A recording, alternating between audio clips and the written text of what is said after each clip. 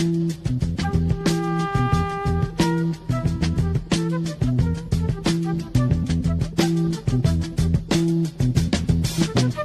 will not be able to stay home, brother.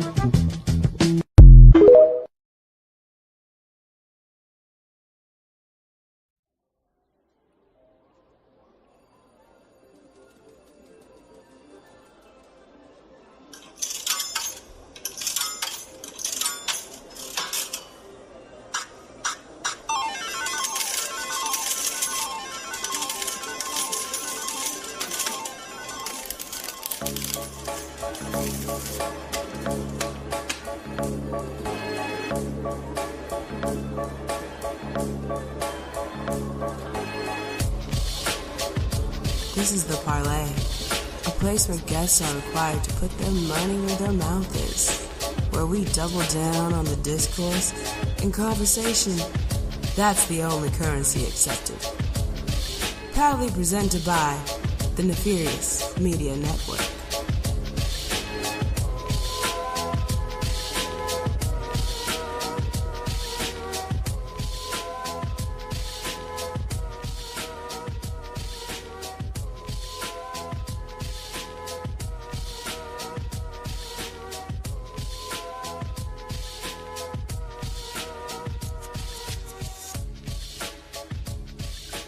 Ladies and gentlemen, brothers and sisters, people all over the world, welcome to another edition of the Parley.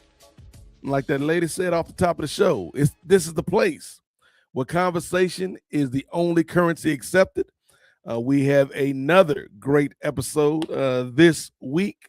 A lot of fun topics to get into. Well, a couple fun topics, and then there's the topic we'll start today's show with. So we'll get into that here in a second. Of course, we got to let you know who we are. I am the Godfather, Nate Milton, your favorite podcaster's favorite podcast. Over 10 years in the game, ain't a damn thing changed. And I'm joined by a couple good people this week for the edition of the Parley. First of all, ladies and gentlemen, we want to bring out one of the best producers in the game. A lot of y'all know this man is Caitlin Dark because he is the Caitlin Clark of podcast production. But for this week, maybe this week only, we will refer to him as the name he was referred to most recently in our nation's capital. Red Hat Ray, get on out here, brother. Ray Williams, two-way Ray in the chat. What's good, Ray? Everything's all right. Just trying to enjoy the beginning of my summer, and it's always good to chat with you brothers and have another rousing evening of discussion. So. Now, Ray, we do have. See, you was out there on the ground in the nation's capital for UFC 250. You was reporting on that, but little did you know, we had a reporter spying on you at the same time, and we have reports, verified reports from the ground that you were indeed wearing a red hat at these proceedings. Now, I know you're gonna try to say it was a Washington Nationals hat and you were just trying to fit in, but Ray, were you indeed wearing a red ball cap at UFC Freedom 250, man? Next question. I can neither confirm nor deny. Ray was like, I got to fit in somehow. I'm behind enemy lines, cuz.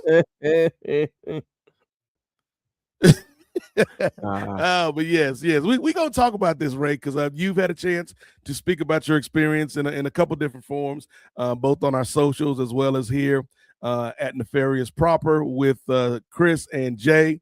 But I haven't had a chance to really talk to you about your trip and your experience, so we're gonna talk about that here on episode 23 of the Parley. By the way, that is Ray's favorite Miley Cyrus song, that 23, when Miley was cosplaying blackness. Let's never forget, them songs was bangers, but Miley was out here appropriating on these streets. Never forget. You're not lying. Looking like a model who just got a check. Like, Miley, if you don't sit your ass down. In the words of Nicki Minaj, what's really good, Miley? What's really good, sis? I wasn't messing with Miley like that. That was a good song though. Like it was just a weird era for Miley Cyrus. Like, she dipped into the urban bag, got a check, and then went back to the country, if you will. Mm. So many people took that tour. Like Gwen Stefani took a tour of blackness. Yeah. Your man's Post Malone took an extended tour of blackness. Yeah. Your girl Taylor Swift, she had Swift. Yeah. We ain't gonna act like we ain't see those girls twerking and shake it off, Taylor. You just discarded them, and then you got the nerve to come out with that album once you got with Travis Kelce. like you were all bad stuff, Taylor. You need to stop. Who's that guy now that just came out with the one album where he was exploring his blackness? Oh, what was that Jack Harlow? Jack Harlow, yeah. Jack Harlow, who also had the nerve in one of his recent songs to it was like some whips and chains. Like you can't be exploring your blackness, but then talking about the whips and chains. Oh yeah. I ain't got no whips and chains, and you can't tie me down. Like, was that a affirmation of rebelling against your slave masters? Is that how you gonna try to spin it, Jack? You can whip your loving on me because you lost me in the next line. Right. Lost me in the next line, boy. I'm vanilla, baby. Like you sure are. That is the only thing I believe in this song. You are vanilla, brother. But anyway, somebody who is not vanilla either in complexion or in his opinions is joining us, Ray. And you know, we always like to chop it up with his brother, especially given the subject topic of our first discussion here at the Parlay this week. But especially after last night, y'all don't know what this brother done been through. Not only was he subjected to a 45-minute conversation on the merits of Jey Uso beating Obafemi, but he also survived a TNA Slammiversary pay-per-view preview. So let's give it up for the angry intellectual himself, the mayor pro tem of Los Angeles, California, the man who was instrumental behind the scenes of bringing Luka Doncic to the LA Lakers. By the way, NBA draft tomorrow night. Should be interesting. Cover it, though. We ain't cover it, though. But this brother covers everything, whether it be sports or politics. Y'all give it up for the professor, Kris Ely, a.k.a. Kris from LA. Can we rock? What's up, Doc? Yeah, what's up, man? Chilling. Just looking forward to today's show, today's festivities. I do got my timer on because I do have probably a hard out here, depending on if my guest gets here on time. So we'll see. Okay, is that your newly inducted TNA timer? You just like I ain't talking about this shit no more, cuz. Nah. It's waiting on a delivery guy. Okay, should be here about 2.5 hours. Okay, like yeah. Well, yeah, we should let's plan to be out of here by then, Ray. We can't be here all day, all night, Ray. Do your damn job. Famous last words. Tight 120, Ray. Tight 120, brother. Just like you said yesterday was going to be brisk because we were just doing the predictions. I mean, to be fair, if you took Brandon out, we would have been in under 5 hours. But why would you take Brandon Thurston out? Check out the latest edition of the NWA podcast, which we did last night / this morning over at Post Wrestling, where we previewed all 4 of the big shows coming up here with NXT Great American Bash, if you will, Daddy. We talked about Chris's favorite TNA Slammiversary. Yeah, we talked about AEW Forbidden Door, and we talked about WWE Night of Champions, Kris. I don't think I reviewed a TNA, and this is legit. This is shoot. It's a shoot, brother. I don't think I reviewed a TNA show before last night since like 2013-ish, maybe. Damn. I think it was probably when we first started on Kings of Sport. It's been that long. Talking about back in the Spike TV days, cuz. Yeah, this is a long ass time ago. The streets been waiting. They've been pondering. they've been clamoring for. Yeah, when TNA was the number 2 thing, I made sure I would always watch it. You know, when they got bumped out of number 2, it just made no sense. You know, they a strong 4, Kris. They a strong 4. I mean, yeah. I mean, you know, it's just like my RC Cola. What's it? Not even the Kroger Oreos. You know, look, you can't always get Dr. Pepper, Kris. Sometimes you got to get Dr. Thunder. Yeah, Dr. Thunder, Dr. Mr. K, Dr. Perky, Mr. Pibb on these streets. Mr. Pibb. Yeah, Mr. Pibb is a Coke product though, so you know that's a little. Oh man. But you know what else could have been a Coke product allegedly?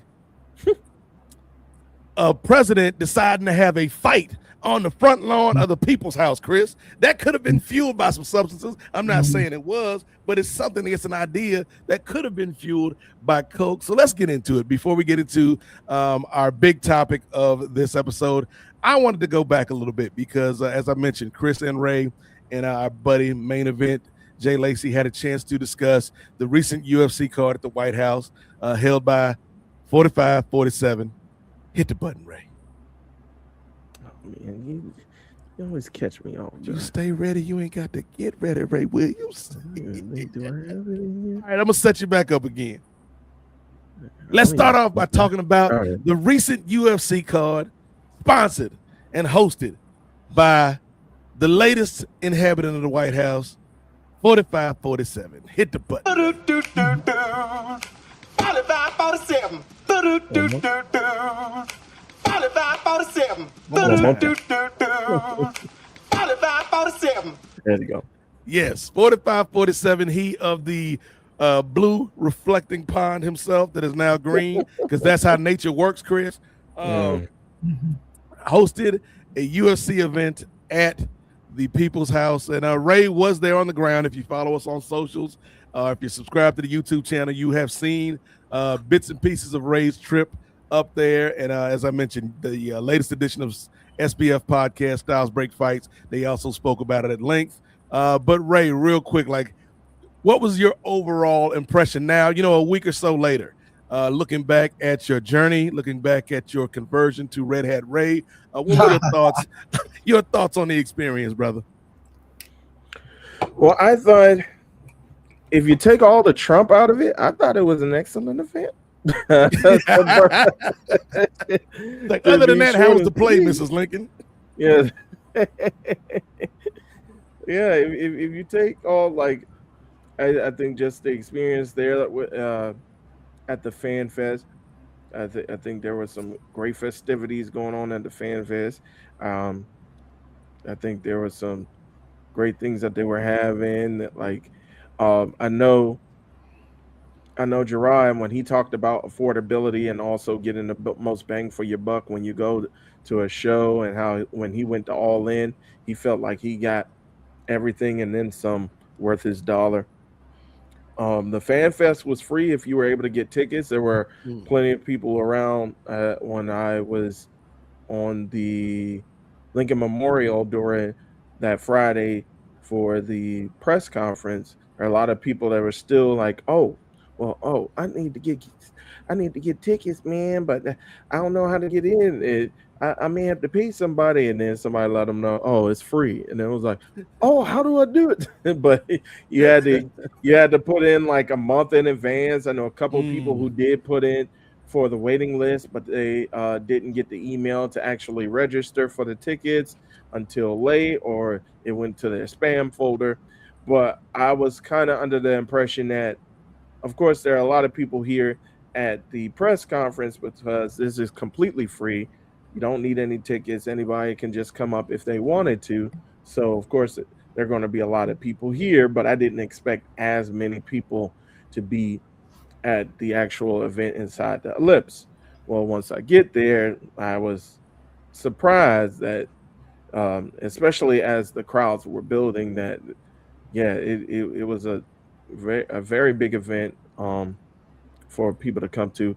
And I think if you take all the pretenses of the politics out of it, I think you can have a regular event like that.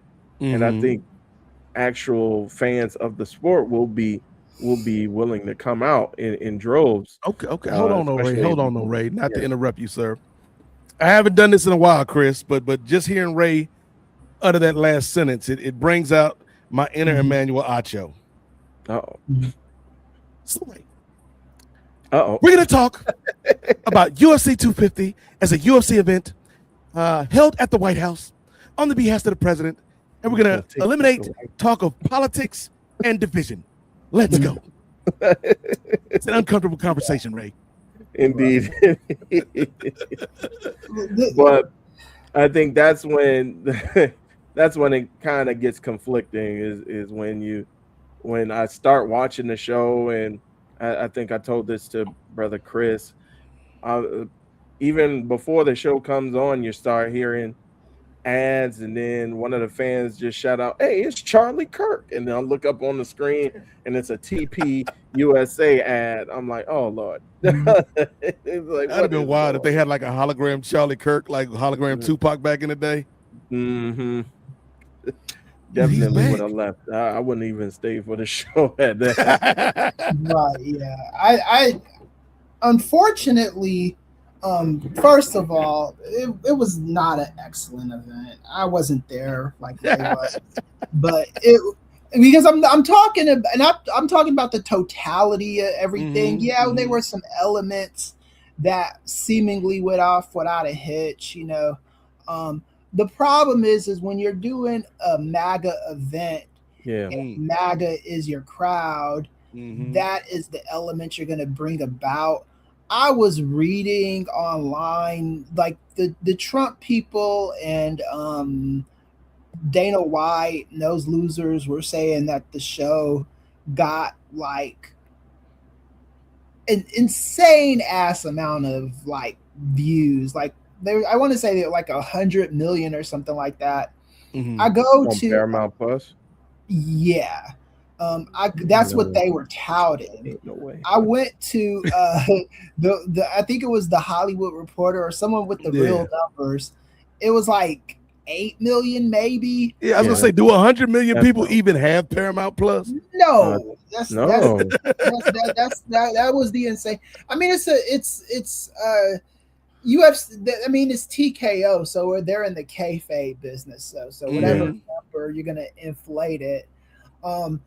I think like what I think is going to happen is because this event went the way it went, they're going to cash in this check as many times as they can while Trump is still alive in the White House. So they'll do another one probably in a year or so.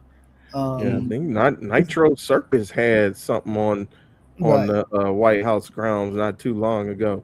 Like, who is this? Nitro Circus, the extreme sports group that's led by Travis Pastrana. Wow. Why was I just about to say, is Travis Pastrana part of this? Like, you ain't said that man's name in like 20 years, dog. Right. Exactly.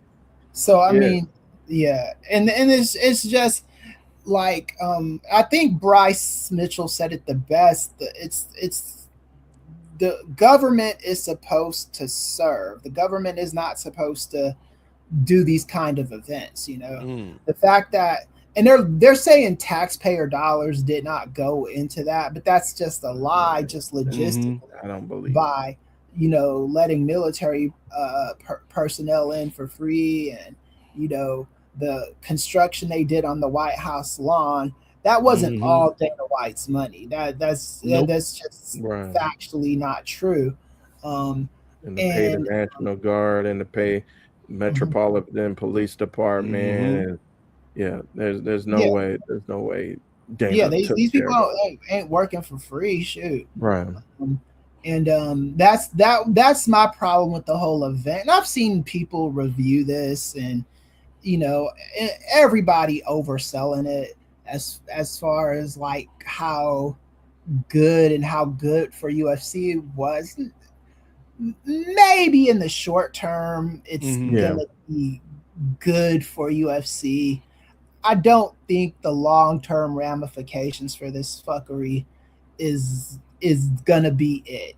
I think this is gonna be I don't think this is gonna be remembered for this whole thing. I can already see the sailor people or whoever I get buy my next textbook for my class from. This will be in the textbook, and it's not going to be written well, I don't think, but we'll see. And after you left, Kris, me and Jay was talking about it a little bit more, and I was telling him I think this is going to be similar, and I'm sure you guys are aware of this as well. This is going to be the Frank Lucas in the fur coat at the Ali Frazier. Like Fred, Mm. Fred Lucas, he was doing his Yeah, business, he was doing his yeah, thing. in that kayfabe movie, American Yeah. Gangster. He was doing his thing behind the scenes. He was making his money, but then all of a sudden, they were just like, "Hey, man, go ahead to the fight, man. Go ahead, wear this Right, coat." And now, all of a sudden, you got people looking like, "Who's this guy? right, Mhm. yeah, What's this guy doing here?" I think that's a similar thing with the UFC. I think people have always had their consternations about the UFC, but mhm, now that this event has taken place on the White House, um, I think the left is going to definitely rally around this, and they're going to start seeking out the UFC in particular and TKO in particular when it comes to things like them trying to change and alter the Ali Boxing Act and make their own Ali Revival Act. They're going to start targeting out the UFC when it comes to um, like political acts or leanings that they want to lobby for, that the UFC wants to lobby for. mhm. I think this is going to put them a lot more in the crosshairs now, and now Right. it is going to put Dana White a lot more in the crosshairs now as well. Well, I Right. think in the short term, it can be seen as a win for UFC in the fact that it emboldens their pre-existing audience. Not every UFC fan is a card-carrying member of MAGA, but the loudest and most fervent UFC fans these days seem to be. And so an event like Mhm. this energizes them. But I think in the long term, this cannot be seen as positive because, A, for the reasons Ray says, Kris, the Mhm. intent, increased scrutiny, and things of that nature. But there's going to come a day, and this goes beyond UFC. This goes beyond TKO. This speaks to people in politics. This speaks to people in entertainment who are on this Trump train. This speaks to people like Sage Steele and Stephen A. Smith who dabbling with the Trump train. There's going to come a Mhm. time when this is out of fashion. There's going to come a Mhm. time Yep. when, as Dr. King says, you know what I mean? The moral curve of the universe is long, but eventually it arcs back to the good. There's gonna come a time when the country makes that turn, and then you was all rah with your man 45, 47 over here, and then he's out of style, Mhm. and it's like, oh, what have we done?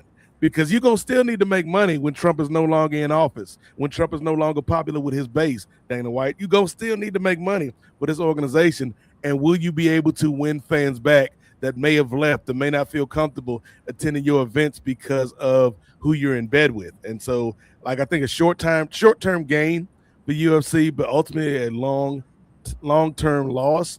My question to you though, Ray, because not to put your business out here in Mhm. these streets, because we know, Oh Lord. hey, we know Ray likes calcium on these streets. Ain't nobody shaming. Hey, we're not Here gonna we yuck go. your yum, Ray. We're not gonna yuck your yum. But even as a calcium lover, amongst this crowd of calcified peoples, did the milk go bad? Did you feel comfortable? Like, I'm not even talking about as a reporter, as a journalist. Did you feel comfortable with your black ass sitting up there at this fight, Ray? Well, I felt a little comfortable because there was more melanin in there was more What? chocolate milk around there. Yeah, than I Was y'all all originally sitting expected. together? Like, look out for me, brother. I got you, fam. We weren't sitting together, but there were quite a few people out there, and I felt somewhat a little bit more secure. So, and then there weren't a lot of people. Like there were the red hats out there, but they weren't tripping. Like everybody was calm and enjoying the festivities, as it were. Mm. I did wanted to go back to a quick point that brother Kris made as far as Bryce Mitchell. Although he did make an excellent point. Um, let's also consider the source. I don't know if you know his movies, brother Kris, but this is the I, same I, man. I know who he is. Yeah. Oh, you know, but Like, but for those that don't know, Bryce Mitchell, who is a current fighter in the UFC, he also tried to premiere his own podcast early last year, and Mm. on the first ever episode, this brother was talking about the hitman from Germany and mhm. how he was not a bad guy and how he would like to Mm. go how and get a drink and go fishing with the hitman. That's just I'm like, random on so many levels. Like, yeah. you going fishing with the hitman? Do he even know how to fish? He gonna scare the fish. Have you heard the hitman's speeches? He gonna scare the fish. Right. Naina. Yeah. Naina. You scaring the cod. Right. So I'm like, I think Bryce Mitchell is one of those, a broken clock gets the time right. Yeah, I mean, the truth doesn't give a fuck about who tells it, you know. That is true. If it's the truth, it's the truth, you know. And I think that a lot more people in that believe in a stupid conspiracy theory is one thing, but that is a very true statement about government. I think people kind of often forget the purpose of government, what they're to do, and how they're supposed to enhance your life in such a way to make your life more palatable. Government is not going to make your life easy. That's a misnomer about government. What government is supposed to do is implement certain things, certain elements to make you be able to travel through it better. And for decades, we, the American people, have been sold a bill of goods about government and like these falsehoods about government handouts and things of that nature. And it's we got to understand what government is. Government doesn't give out anything. Government doesn't give out that is a lie. That is a lie from the fucking pit of hell. If you've been working a job since you were 15, 16 years old, you are a taxpayer. You've paid your taxes. So anything that the government gives to you is a system that you've already paid into, right? So when your tax dollars are going to this UFC White House event and bull crap like that, that is money that you spent into it. If you ever need food stamps for whatever reason, say you came across some hard times and you need some food stamps, that is a system that you paid into. So those food stamps are owed to you when you need them. You know, same with healthcare and Medicare and all that other shit. You know, these are systems that we've paid into. It's not the government giving us stuff, you know, and the same is true with the government, you know, like what Bryce Mitchell said. It's like the government is not there to entertain. The government is there to make sure our tax dollars are going to useful things, you know, and some racist, you know, Hockett motherfucker yelling crap about Michelle Obama is not stuff I need my tax dollars going to, you know.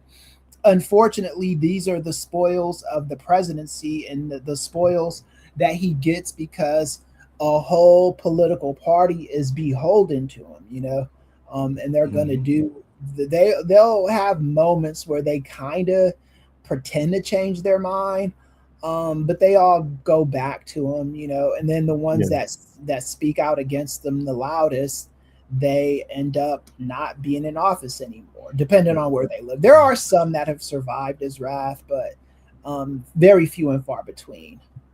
Yeah, and I did want to mention, like I only mentioned how I think from a production standpoint, I think John Pollock has mentioned this on Post Wrestling. Yeah, Pollock, I got something for you too. So we'll talk later, Pollock. But go ahead, right?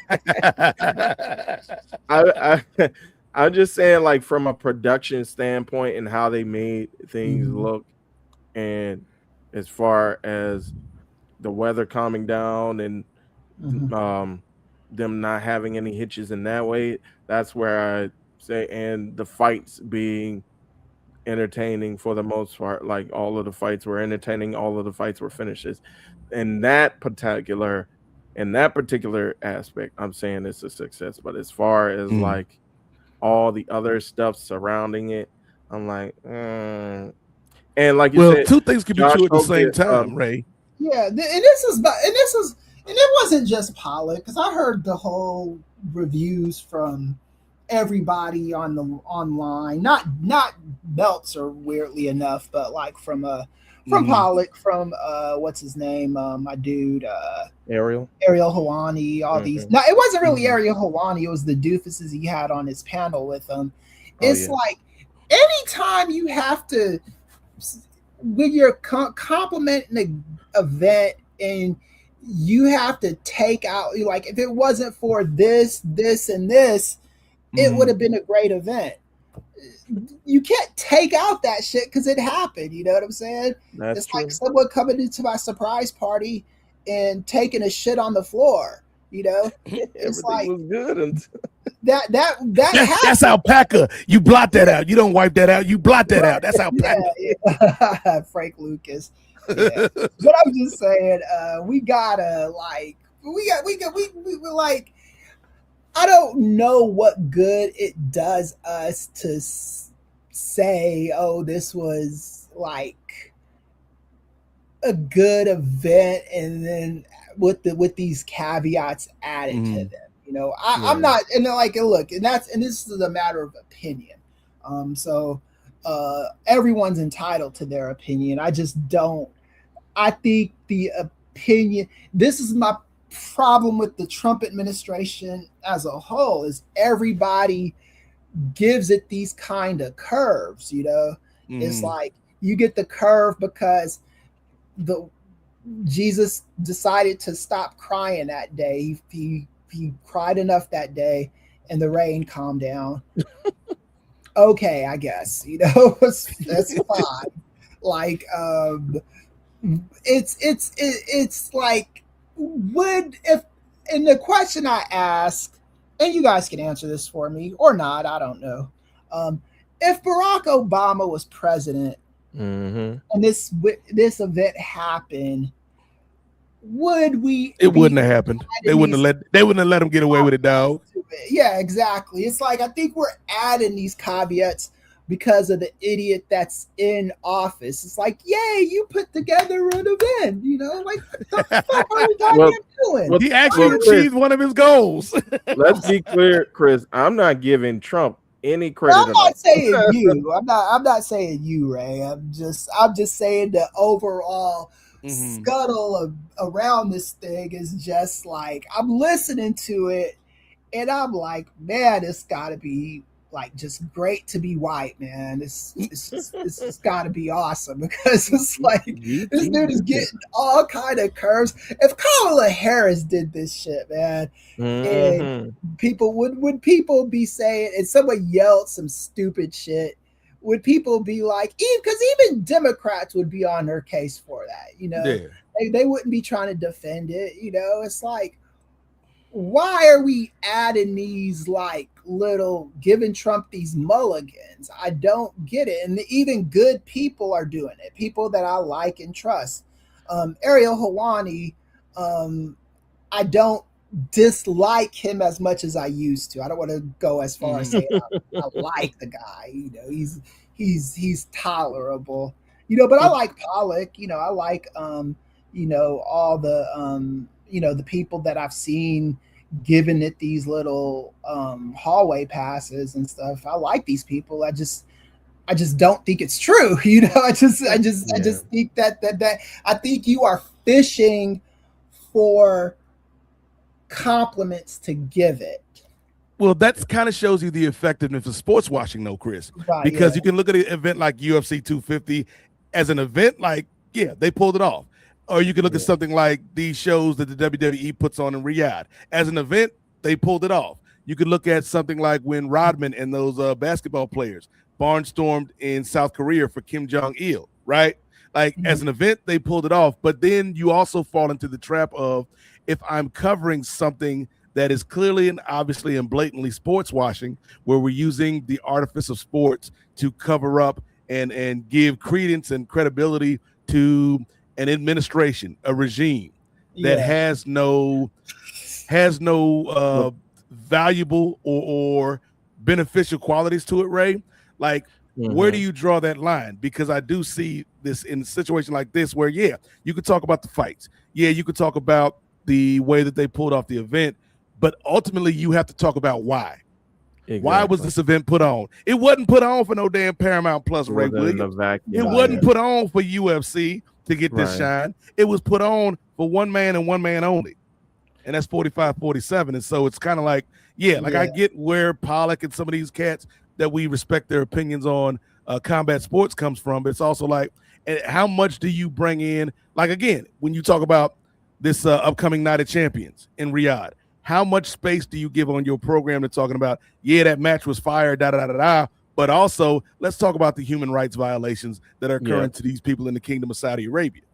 Mm-hmm. Well, I do want to pass it over to, I'm gonna give a lob up to Dr. Kris. I'm gonna give him an alley-oop because he had a tremendous point that he made when we were talking about the act of sports washing on SBF Styles Break Fights.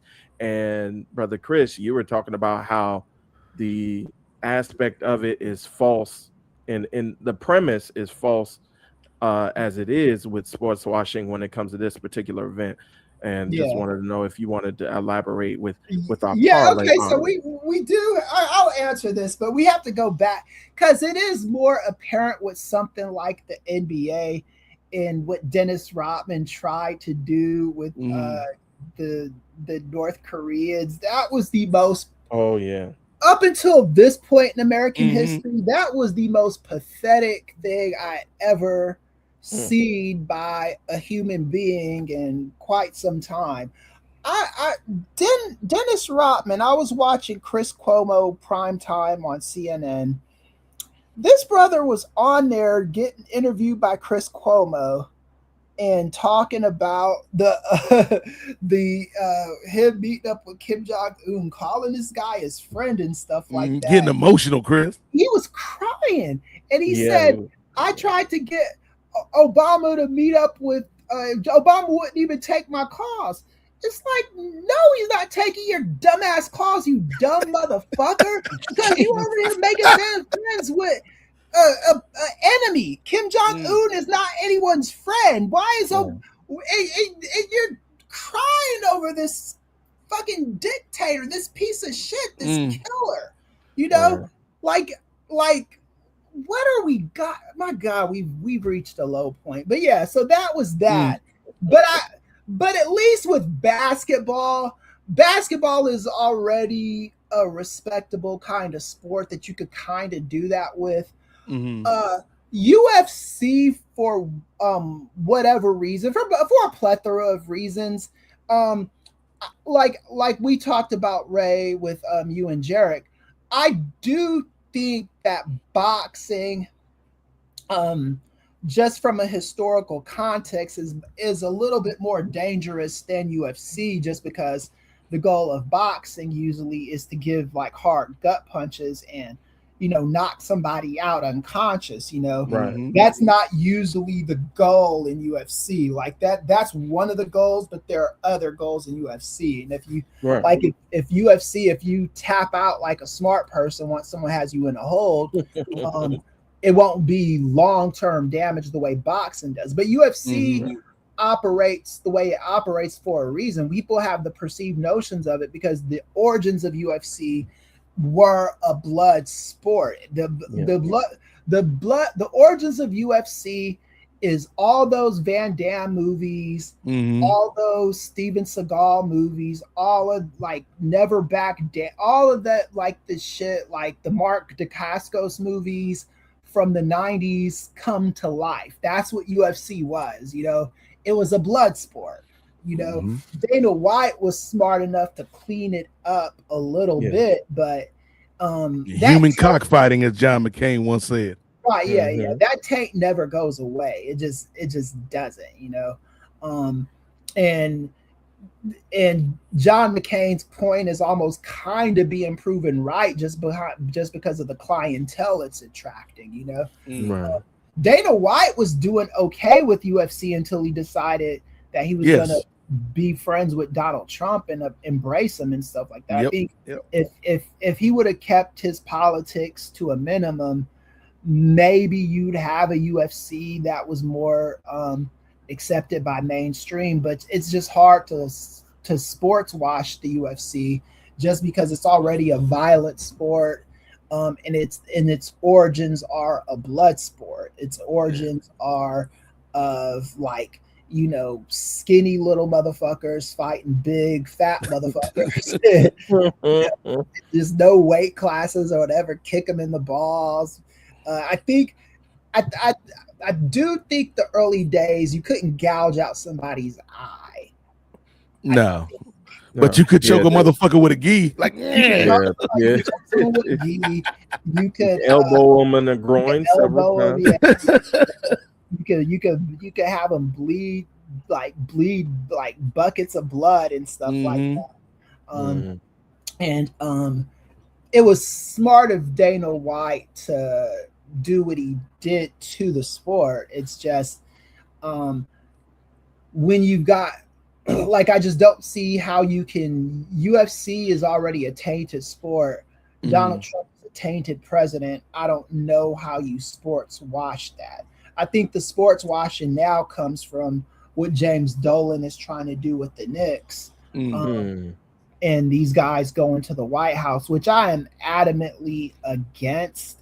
Unless you plan on going to the White House and pissing in the corner of the Oval Office, I'm against you going. I don't think anybody. I didn't like it when my Dodgers did it. I'm still mad at Betts and it'll be like Craig Hodges coming there with the kufi on. Right. You got to do something if you're gonna make that trip. You got to make a statement. I don't think any of these guys are gonna do it. And the sad thing about it is, to be we are pathetic. If you OKC didn't even go to the goddamn White House. Right. Oklahoma. I've passed through Oklahoma City several times driving I-40 never stop from North Carolina. Now, I've actually stopped there. It's not a place you want to be like chilling for a long time. If you stop in a college town, you might be safe for a few minutes. Yeah. Right. It's definitely. Like, where's OU at? Boomer Sooner. Yeah, but like the fact that they didn't go to the White House, but the Knicks are going to the White House. If I was a Knick, I just wouldn't want anything to do with this, you know.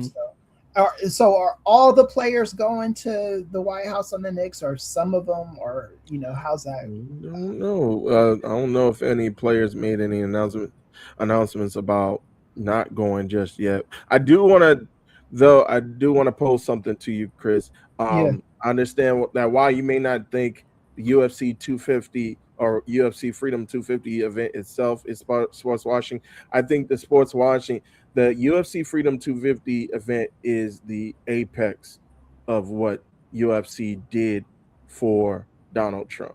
And I think the sports washing started after 2021 through all the stuff that he was going through. And Luke Thomas, who gets into the weeds and all this, go ahead, follow him on YouTube. Luke Thomas gets political. He gets in the weeds and all this. But essentially, it started right after January 6th, when UFC, they saw like UFC, Dana White always mentions, oh, well, Dana's my friend of 20, 25 years, or Donald's my friend of 20, 25 years. So he's always looking out for me. So I'm always looking out for him. So I think it started like right after that, because pretty much like Donald Trump was pretty much untouchable after January 6th. He was losing all of the court cases. Like they were going to Mar-a-Lago. That's where he had all this classified information. Like FBI was coming down on him. But then I believe late in that year, when the UFC came to Florida, that's when UFC invited Donald Trump out. And then I think that was just the first, let's dip our toes, have them out, let's present them on the broadcast, things like that. And then like year after year, they're just gauging like the feedback from what they got. And then I think 2024, when his reputation was somewhat rehabilitated, and when he was going back out there and campaigning to become president again, that's when I think UFC was becoming even more of an entity that was helping to clean up his image. So I think through that time, that's how UFC, since UFC was becoming more and more of a mainstream sports brand, I think that's when UFC was kind of rehabilitating the image of Donald Trump, and now we're seeing like the fruits of their labor. Okay, I see that. Here's the thing, though. UFC became more of a mainstream sports brand. I mean, UFC was never, ever a mainstream sports brand. At best, they were on. They. I don't think UFC ever left the periphery. I think they were always like on the cusp of it, but it just never got to that point. I think UFC was a sport that Dana White, I think, what my personal opinion, he got tired of all the corporate apologizing to Anheuser-Busch for, gay comments, calling someone a gay slur, doing this, doing that. It all got old to him. Donald Trump was kind of a vehicle to have to apologize less. So I think what happened is you got two toxic brands, Donald Trump, UFC, working in symmetry with each other to kind of make each other a little bit more useful to the other. I don't think UFC was ever any kind of mainstream brand. I think it was there. I think Donald Trump needed something. Donald Trump, I don't know if either one legitimizes the other. I think what they do is kind of help keep each other at a certain bar of relevancy. Like you don't even really see the same movie stars at the UFC events that you used to see in the 2010s. You know what I'm saying? It wasn't like you'd see like an A-lister. I doubt you'll ever see Christian Bale at a UFC event in the 2020s. I think like even The Rock introduced the BMF, the Bad Mofo belt, but when they sent him an invitation for this event, he was like, sorry, I don't want to divide the country. I'm not going to cause division. Right. Yeah. That was smart of him on that. But, yeah. So it's like, I mean, now they like who they get it. They got Jack Osborne, who I've met. Jack Osborne, nice guy. He does his stuff in the MS community out here. But going to these kind of events, man, fuck him too. Shit, I don't know this brother. He's a nice guy, but fuck him too. I mean, like he was nice when I met him. He seemed like he cared about the MS community. Donald Trump isn't doing anything to help out like any kind of medical community. If Donald Trump threw some dollars at the MS Society or anything like that, I'd be like, oh yeah, this Donald Trump did at least this one good thing.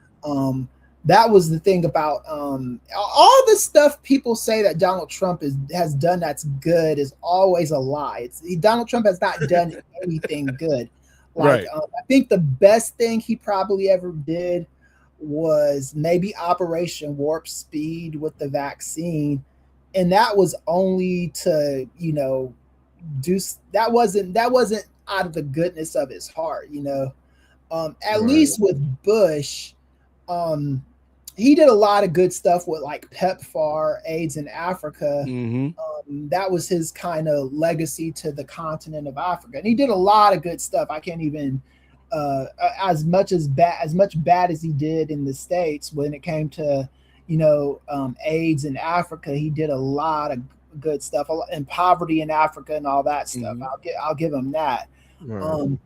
Like Donald Trump, they'll make up lies about, oh yeah, he stopped sex trafficking and all this other stuff. None of that stuff happened, man. It's just like, Right. it's I think the only other true thing like is like the First Step Act, where he was kind of reducing sentences of those nonviolent drug offenses. But other than okay, that, and that wasn't something he did either. Yeah. Okay, that was right, something, it was already in the works. that was something Congress put together, and Republicans decided that that would be, and it was written up by Democratic Congress people originally too, and Republicans decided it'd be conveniently good for them to sign this act, and Donald Trump signed it. I don't know if he wanted to sign it or not. He signed it. I mean, that's what you needed, a president's signature on it. Right. So I guess you could give him partial. He only did it because I think Kim Kardashian brought to him. That Alice, whatever. And now she's his pardon czar, I guess. Yeah, and Kim Kardashian is full of shit too. This woman, of course. I have to say this because you brought her up, so gotta get it out. She was on, and this is why I don't like Van Jones, because he's such a star fucker. It's so like, he had her on his show, and she was talking about she was gonna study for the bar and pass the bar without going to law school. People have done that, but the people that have usually done that are usually people who are already like very like advanced degrees type of people. But if you're going to be a lawyer, you got to go to law school. That's just something you got to do. I don't know why. And Van Jones was saying that oh yeah, she's serious about this, and she's gonna study the bar, and I think she's gonna pass it. And I'm like, dude, I did a semester of law school. This vapid chick ain't passing anything, Dave. The only bar she's gonna pass is the bad bar to go to the next bar. That's got better. She ain't passing no bar. Damn. But shout out to Van Lathan though. Yeah, shout out to Van Lathan. Yeah, shout out to Van Lathan. Get us on higher learning, brother. That's a the Midnight Boys. Pew, pew, pew, pew. Right. But real quick, because Kris did bring up George W. Bush, and we'll get back to that for the record. But I think when you talk about kind of the convergence of UFC and MAGA world, it's funny because if you look back to, like Kris said, like the 2010s, UFC may not have been mainstream, but there certainly was a cool factor to it. There certainly was something that attracted an audience that you could eventually turn into a mainstream audience with time. Yeah, but there were on two the paths. periphery. I thought that if you asked me in 2005, I would have said by 2016 they'd be mainstream. I would have said. And then what happens in 2016 is Dana decides to take a path down the other road, and then you start to see them become married with Trump and to Trump. And to Ray's point, like I think for that audience specifically, having Trump at these shows when he was kind of at his lowest in 2020 did bolster Trump's image to them. And so then it kind of becomes this echo chamber where Trump feeds into this corner of the manosphere.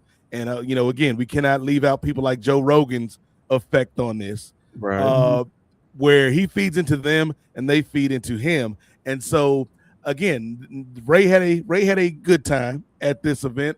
But I think if you were somebody, particularly somebody of color, particularly somebody who is left-leaning or somebody who's from a marginalized community who's into MMA, you don't really feel at home in this version of the UFC in a way that in 2010, 2005, 2000 even, you may have been like, you know what? UFC's in town. Let's go check it out.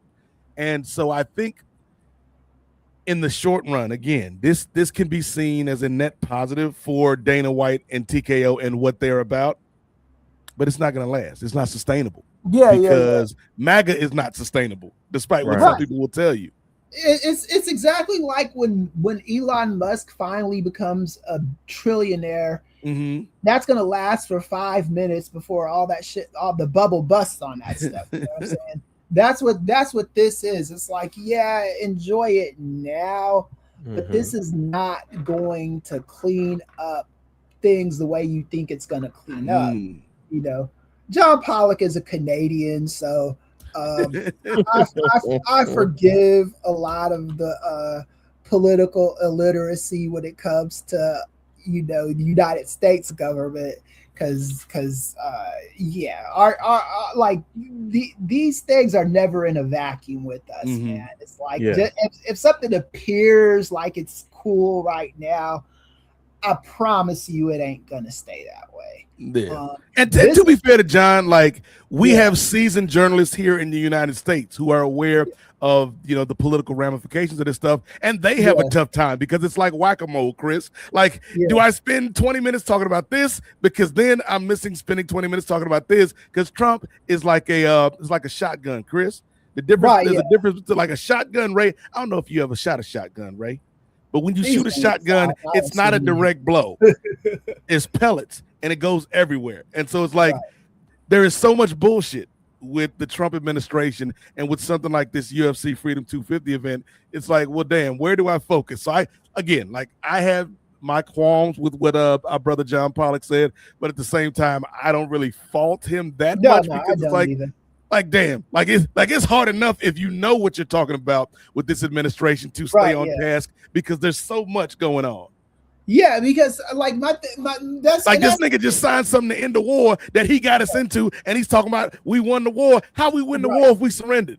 That's like your girl who wasted my time the other night. We talk about you, Gina Carano, talking about, it was a good fight and a great experience when she out here tapping like Gregory Hines and Savion Glover. You didn't win, Gina. It wasn't no good experience. How we win the war when we gave up, Kris? Well, she won just because she got her check. She did win in that way. Yeah, and she lost 100 pounds too. Yeah, so you know, like as far as with the like Pollock and Ariel. Well, Ariel lives in the United States now. But we don't give Ariel no break. Get to know our ways, Ariel. But Pollock, I mean, the thing I pay attention to Canadian politics a little bit. Politics is still politics in Canada. I think that's what people are forgetting. Like in Canada, the person that loses the election accepts they lost the election, and they're not having insurrections and all that stuff. You know, Justin Trudeau, when it was time for him to get his ass out of there, you know. He did what he needed to do. You know what I'm saying? It's not the same thing. You know, it's like we do not have that in the United States. The parties do not like each other. We used to, Kris. This is the crazy thing about it, though. We used to. Like you like there was a time where in like 2003, 2004. It'd be a normal occurrence to see George W. Bush at the Clinton Library dedicating the library to Bill Clinton, because that's just what presidents did back then, you know. But it'd be like Donald Trump or John McCain and Barack Obama could hate each other on the campaign trail, but once the smoke settled and cleared, John McCain could go up to Barack Obama, shake his hand and, you know, hug each other and be like, Barack Obama, I'm going to die soon, and I want you to be at my funeral, and I want you to speak at my funeral. That's where we used to be. I don't know if we're ever getting back there. I think we will get back there eventually, but it's, I mean, there's a lot of these Republicans burned a lot of unnecessary bridges that they did not need to burn, all in the service of one cult of personality. Yep. Well, you know, Kris, you talking about building bridges to the future, maybe using some of that decorum of the past. And I think Kris, if we ever gonna get out of this, we may need help from the unlikeliest of sources, Kris, to inspire a nation. Because Kris, you know, you a student of history. Sometimes it takes grand gestures to change the course of history, but sometimes, Kris, it can be the smallest action that sets a series of actions in motion, which leads to change. Something as small, Ray Williams, is handing somebody a piece of candy or maybe a mint or something can start the process of healing. And so we got to talk about something real quick, y'all. Because over the weekend, man, we got a new presidential center that was opened up, Kris. Shout out to Chi-Town, man. Your WNBA team might be trash, flaming trash. Somebody free Camila Cardoso. Your basketball teams might be trash, but your presidential center is amazing because the Obama Center is now open for business, so to speak. And we had the dedication, which featured all the living presidents except for one. Who could we be talking about, Kris? Who? But Clinton was in the building. Biden was in the building. W was in the building. And Obama was in the building celebrating that moment, Kris. And it just goes to show you, like, even seeing the picture of those four presidents who all at one time or another had disagreements with each other. You know what I'm saying? Particularly the Democrats with Bush. But even within the Democrats, there were policy disagreements and things of that nature. Like, seeing that picture takes us to a time in the past, Kris, but it's not that far away. It's not that far away where we can't see, like, there was a way to disagree. There was a way to even fight and go at it tooth and nail in a political sense, but there was still a level of decorum and respect for your adversaries. Right. Then I was listening to Dave Chappelle. I don't know what this was on. My wife was playing it for me. It was on Facebook. It was a clip of Dave Chappelle, and he was saying, like, looking at what Trump and them doing now, he said it kind of makes me like feel bad for ever hating Bush and all that stuff. And I was like, and I understand. Like, here, the thing with Bush is I don't think it was never ever necessary to hate him. You know, Bush with me, I don't think I ever hated him. I really didn't like him or the politics of his office. I didn't think, and this is why a lot of these people like Eddie Glaude and Mark Lamont Hill and people like that thought, oh, we'll just hold our vote for Trump, because they didn't think it could get worse than Bush. You know, they were used to playing a politics as usual game. You know, right. When you're done playing a politics as usual game, it's like, man, I pray for a guy like Bush. But the problem with Bush is that whole administration was the catalyst for this, you know. Bush and those people, they weaponized a lot of stuff, you know. The gay marriage issue, they weaponized that. The abortion issue, they weaponized that. They did all that stuff. They just weren't as nasty as Trump. It could always get worse is the point. It could always get worse, because the thing what history can do is, and I don't think we'll get another Trump for at least another maybe 10 years or so. But when we finally do get another Trump-like figure, that person could make you miss the days of Trump. You feel me? It's like, you have to understand things can always get worse, you know. That doesn't mean Bush wasn't as bad as you thought he was. It just means that history moves in such a way where the next idiots could clean up somebody's mess, you know, or make somebody's mess worse, you know. Or if you had a older sibling, like I had a older half brother that I didn't even know, but the Ely name was attached to me going into the school I was going to, and it's like, is your dad Charles Ely? And I was like, yeah. And they're like, you automatically hating you just by knowing what just by seeing the surname and thinking you're one of those, you know. I think with history is going to do. And I don't know.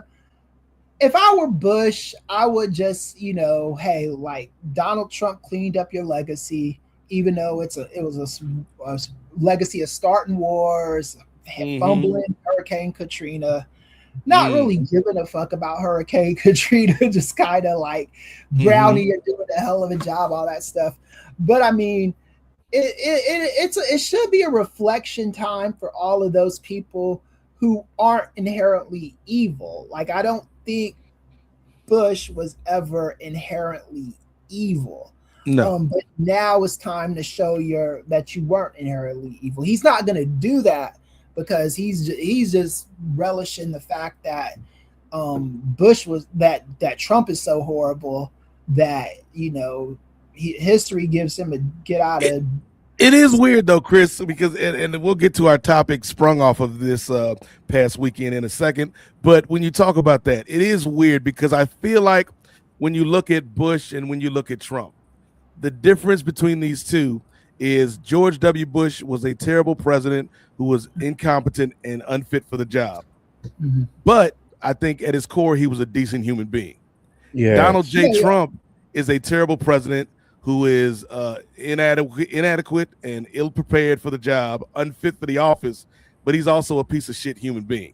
Yeah. And I think the one moment where I kind of was like, are we going to get this Avengers moment, Kris, where I think the voice of George W. Bush, whatever sway you think it may or may not have had, that we needed him to be like, you know what, Laura, I got to do this, was in the election in 2024.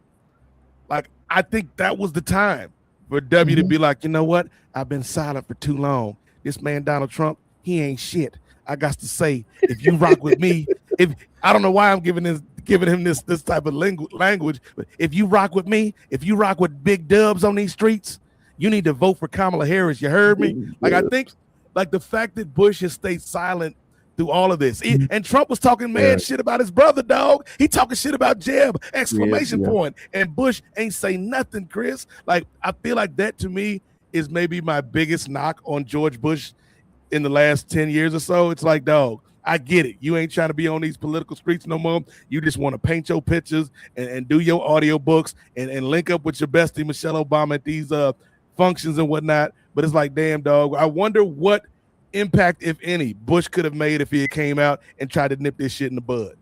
Yeah, he could have probably did something. But by the way, I don't see. The thing is all the Republicans should have nipped this in the bud from the beginning. Once they saw what it was turning into, they all should have been on top of it and been like, yo, you're not going to do this to our political party. The problem is that they are also like power thirsty, they were also like they that thought they could control the monster, Kris. Right, yeah, and you can't do that. Donald Trump is not that kind of person. Donald Trump is a cult leader. And Donald Trump acts like a cult leader and he moves like a cult leader. So only thing, when you are the leader of a cult, the only thing that is acceptable is 100% loyalty. Right. Nothing else is gonna be acceptable, So it's like, yeah, I love you, Trump, but I disagree with you on this one thing. That's not gonna work, Like, and they give you that line, Kris, like, yeah, nobody's perfect, Kris, and yes, I may not agree with him personally, but he's doing the right things for this country, i.e., beating down on gay folks and trans folks and oppressing black folks and keeping people out in this country that should be allowed to try to make a life in this country. And it's like, like a lot of people have told on themselves since 2016, Kris. Oh yeah, a lot of them, like even like the trans folks and the black folks and the Hispanic folks and the gay folks that do like them, they all think that they're the exception to the rule. Like look, Kris, I ain't gonna lie, that I will vote for Donald Trump. Like that joint still give me to this day. To this day, Ray. Like they had the steel drums out there. We will vote for Donald Trump. And then my boy get deported right after that song hit the airwaves. Like, damn, brother. You sure you want to release that single now? Yeah. And the sad thing about a lot of those people is they don't, if you ask them, do you regret your vote for Trump? A lot of them will say, well, no. It's like, yeah, you're that's because you don't regret your vote for him because you're in a fucking cult. That's why you don't regret your vote for him. Like this one guy, I will never forget this. His wife, a citizen of the United States of America since she was 5 years old, she got deported for bouncing a bad check when she was like 15 years old. This girl, she was a citizen since she was 5 years old. They deported her when she was like 36, 37 for this bad check that she bounced. And this guy was a big MAGA, big Trump supporter. And the reporter asked this dude, do you regret your vote for Donald Trump? He said, well, no, he did what he had to do. I was like, dude, you don't love your fucking wife. Right. Like if you deport my wife, you take the love of my life and send her to another country. I'm not gonna be on TV. I don't give a fuck who the president was, man. that person's gonna be on my enemy list forever. You know, it's and that's how you know someone is in a cult, because what the cult leader does is they make rules that everybody has to follow but them, you know. That's why I used to love when CM Punk was doing the straight edge society in WWF, because that's how a cult moves, you know. He's like, yeah, all you guys got to shave your head to prove loyalty to me, you know. I'm not shaving my head. Right. You all have to do this and you have to do this. I don't have to do any of that stuff. That's how cult leaders do, you know, like David Koresh and the Branch Davidians. I thought it was messed up how the government killed them and all those people, but like David Koresh was a bad person. And what he would do is, once he became one of his Davidians, is if you had a wife and David Koresh was like, yes, it's my turn with your wife. Let me get them thrills, cuz. Yeah. It's like, it was that was the kind of cult thing. And it took a while for a lot of those people to wake up from it. Rest them cheeks. Yeah. Some people, I interviewed somebody back when I was in college. That was terrible. And this person is still waiting on David Koresh to come back to life and save them, you know. You might see him at the next UFC event. Maybe, you know. Front row. Yeah. I won't be there. And look, I mean, they are a few of them already think that JFK Jr. Is come back to life, you know. Like I've seen that on those Jordan Klepper videos. There was this one guy, and this lady said, this guy's JFK Jr. And I was looking at this guy, but now the reporter was like, you're JFK Jr. And he was like, it was pathetic, man. All right. I'm back, y'all. Holla at your boy. All right. Who's got my chowder? I'm JFK Jr., y'all. Yeah, the only offspring that we have from that generation of Kennedys is the worst. Is RFK Jr. The worst Kennedy. Not the JFK Jr. that would have been a great president. That was at least we still got Maria Shriver on these streets, Kris. We still got Maria Shriver, I think RFK Jr. going to show up with Jack Osborne at your next MS function. Like, just drink this raw milk, y'all. Y'all be all right. Yeah, we ain't ever getting a cure for that. It strengthens the body. But real quick, because again, Kris, I was inspired, man, seeing the footage from the Obama Center opening, and in particular seeing the rekindling of one of history's strangest duos. The friendship, if you will, between George W. Bush and Michelle Obama. And every time I see him, Kris, I don't know how deep their friendship really go. Do they be talking to each other on the weekends every now and then? Do George and Laura hook up with Barack and Michelle and go watch a Bulls game or something? I don't know if they tight like that. But I just like seeing the pictures, Kris, because it does kind of give you hope that people that disagree on things, even strongly disagree on things, can find some common bond as human beings. And so that led me to think, Kris, who are some of our favorite dynamic duos in the history of duos, whether they be, people that are odd couple teams, can they coexist, Kris? Or whether they be people that are bosom buddies that you could easily see being besties. And so I think we should go around the room and talk about some of our favorite dynamic duos, and just kind of chop it up. So Ray Williams, do you have a first selection for I think what we'll do, we'll go around the room, everybody give like 3 choices for their favorite dynamic duos. Ray, who are your favorite duos in history? All right. Well, I'm gonna preface this by saying I am not a Lakers fan. I am not a Lakers fan. I know we do have the mayor pro tem and Jenny Buss's right-hand man who's right here on the show. But I am not a Lakers fan. The shadow GM of the Lakers. Yeah. I cannot doubt the effectiveness of this particular duo, and they've had their differences, and I'm glad they were able to hash things out before a tragedy occurred, which unfortunately has rendered one of those gentlemen amongst the heavens, I should say, hopefully. But that would be Kobe is in heaven, dude. We're not hopefully. That was a weird way to phrase that sentence, right? Yeah, like we're not doing that. I don't put people up there. I don't know. We're Kobe for the sake of this conversation. We're not yes. this right. to hell. For the sake of argument, Kobe is in heaven right now. Yeah. He is in heaven. Yes. Okay. But yes, I'll go ahead and say as my number three pair, Shaq and Kobe. Nice.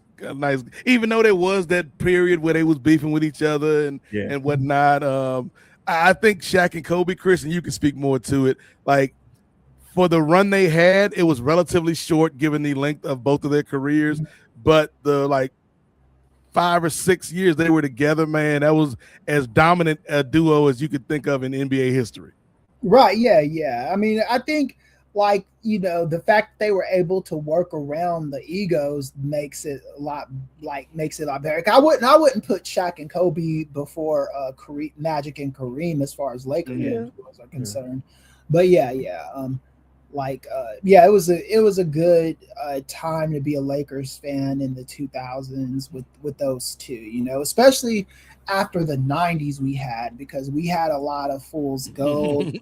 I remember Jerry Buss doing that press conference in Atlanta when he scored Shaq, and that dude was glowing like the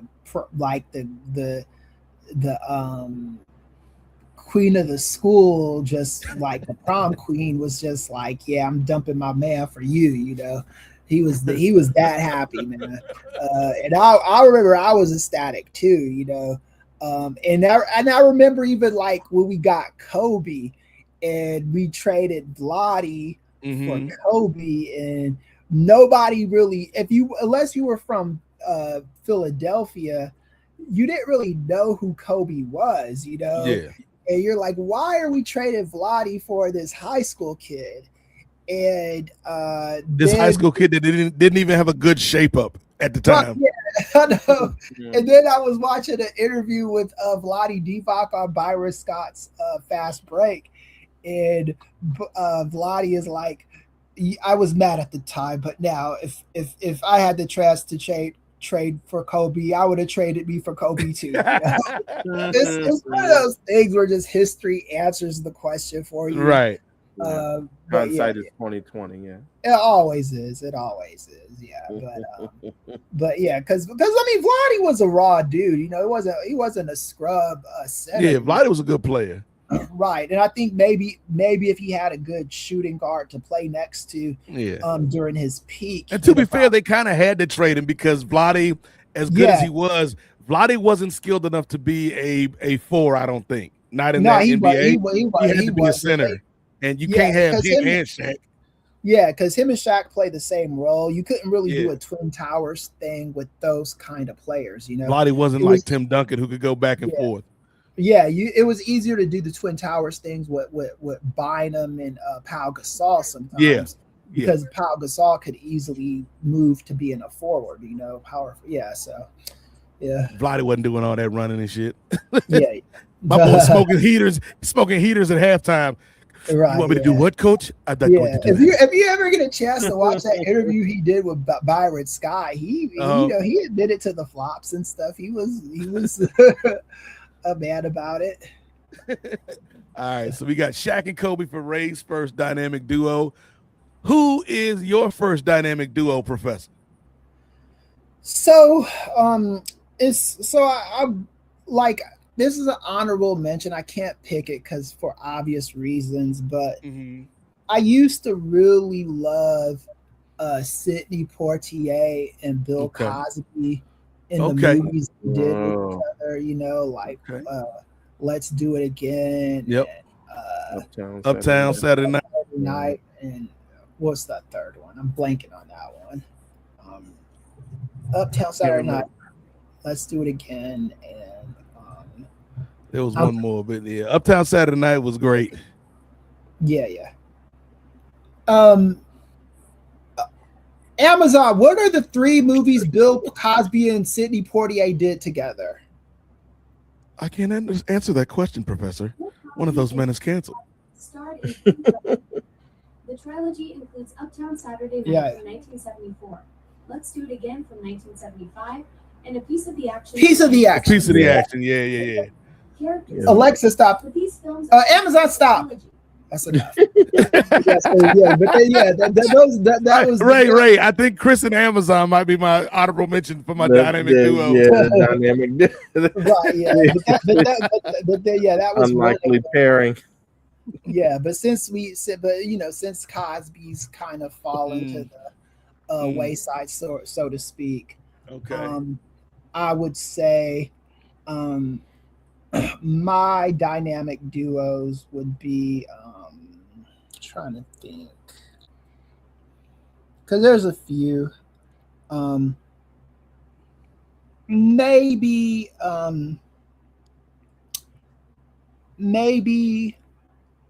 I'm torn because I'm thinking Marvin Gaye and Tammy Tyrell, or Method Man and Mary J. Blige. I probably like more songs from Marvin Gaye and Tammy Tyrell together than I do Mary J. Blige and Method Man. But I love the songs between Mary J. Blige and Method Man, the ones they do together. So, we'll just to keep it more modern, we'll go Mary J. Blige and Meth. Okay, Mary J. Blige and Meth for Chris's first dynamic duo. I like that, Doc. Honorable mention for me, and much in the same vein as Kris picking Sidney and Bill, I would give an honorable mention, a tip of the cap to Gene Wilder and Richard Pryor. Richard Pryor, yeah. Them boys did their thing back in the day, and it was again like seeing a black and white actor at that time being in films like that was again stuff that we talked on the last episode of the Parley about things that may not fly today. Like people don't kind of contextualize how kind of progressive that was, Kris. Those films that those two men made together, and they were great, man. See No Evil, Hear No Evil, like it's still one of my favorite comedies to this day, man. Like that's probably their last one, 1990, right? Yeah, yep. Like that was the towards the end of their partnership. But yeah, those two, man, I think they just had a vibe and a respect for each other. So I got to give them a little props. My actual official third place for my dynamic duos is probably the first time any of us heard the term dynamic duo. Ray Williams. I'm talking about Batman's and Robin. And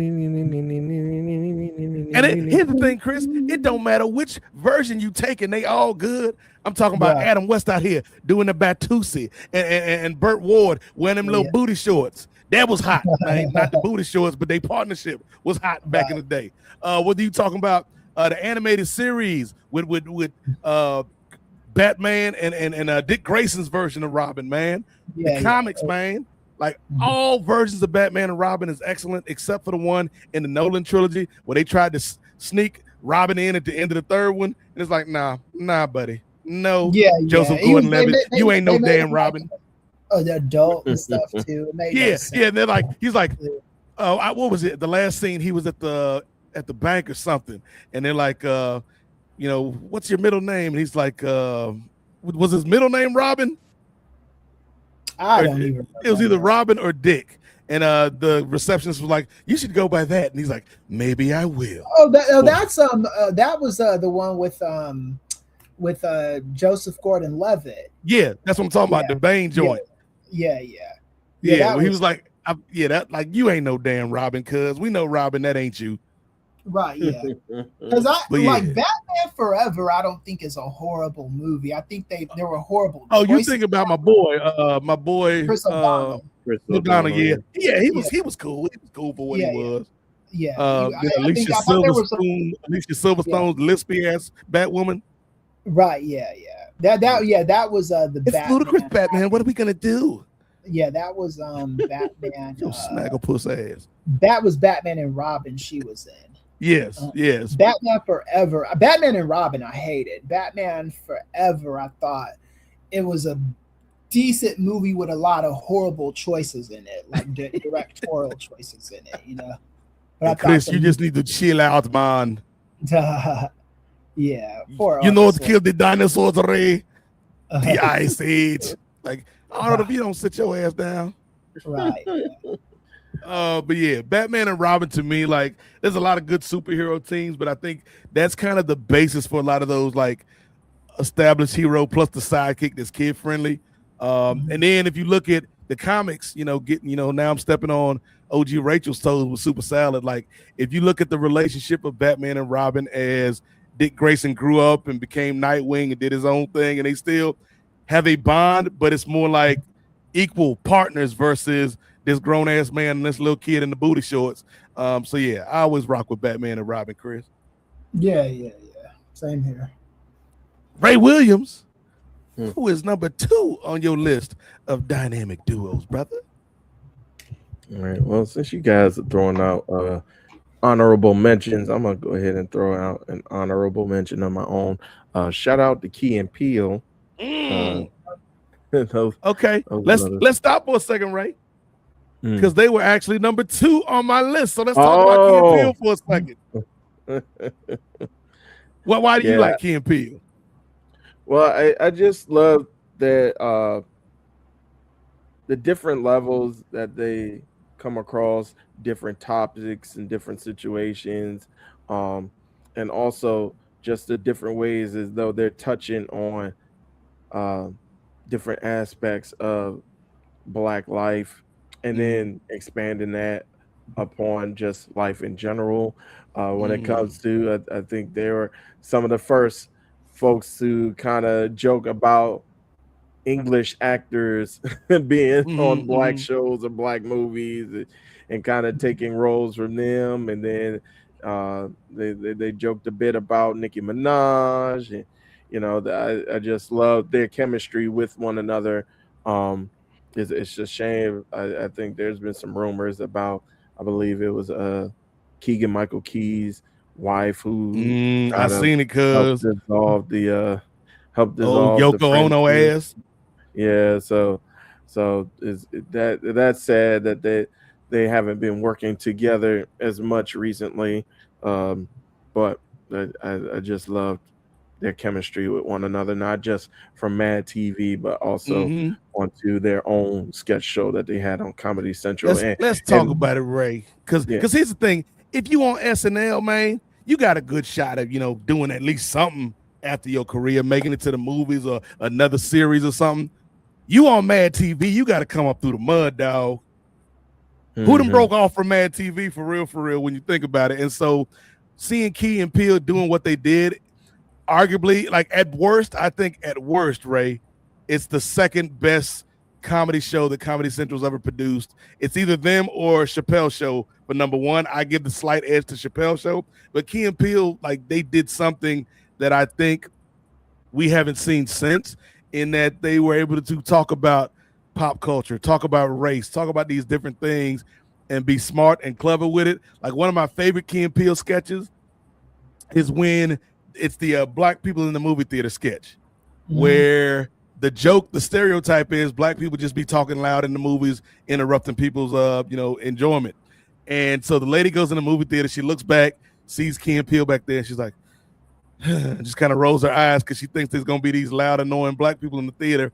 And then when the movie starts, they're shouting things at the screen, but it's like insightful commentary. It's like, come on, man, why is everybody starting films in media res these days? That's so played out. It's a trope. Come on, man. Why are you shooting at those Dutch angles? Put some information on the screen, baby. And it's like they're having these real nerdy film critic type of conversation, but it's in the guise of the loud black people in the theater. Like, that was great. The football name sketch is great. Like, to this day, if you know somebody named Aaron, to this day, they're gonna get called Aaron at least once during the day. I love their partnership and their chemistry. Slap ass sketch too. I like that. Slap ass sketch. Speaking of MMA, Ray, like the MMA hype trailer sketch, where the dude like goes from his interview to the other dude's interview and chokes him out. Shh, go to sleep. Go to sleep. The Tibetan monk, the Tibetan monk, like the ushers outside the movie theaters, like Bruce Willie is my shit. I said bits. All of them great sketches, man. Like, Key and Peele did their damn thing. And it is sad because I have seen the same type of rumor, Ray, that the reason that they're not as close working together now is not just because Jordan Peele's kind of taken off and gotten to this next level, but because Key's wife is like overstepping her boundaries and controlling stuff that, like, you ain't the funny one, lady. Like, just I thought Key and his wife got a divorce though. So Key's new wife, like his wife, I think they've only been married about 4 or 5 years. So like once the show ended, he got remarried, and his new wife apparently is like in different projects that he's in. She always needs to be an executive producer and have final say and all. And it's like, lady, you ain't the star.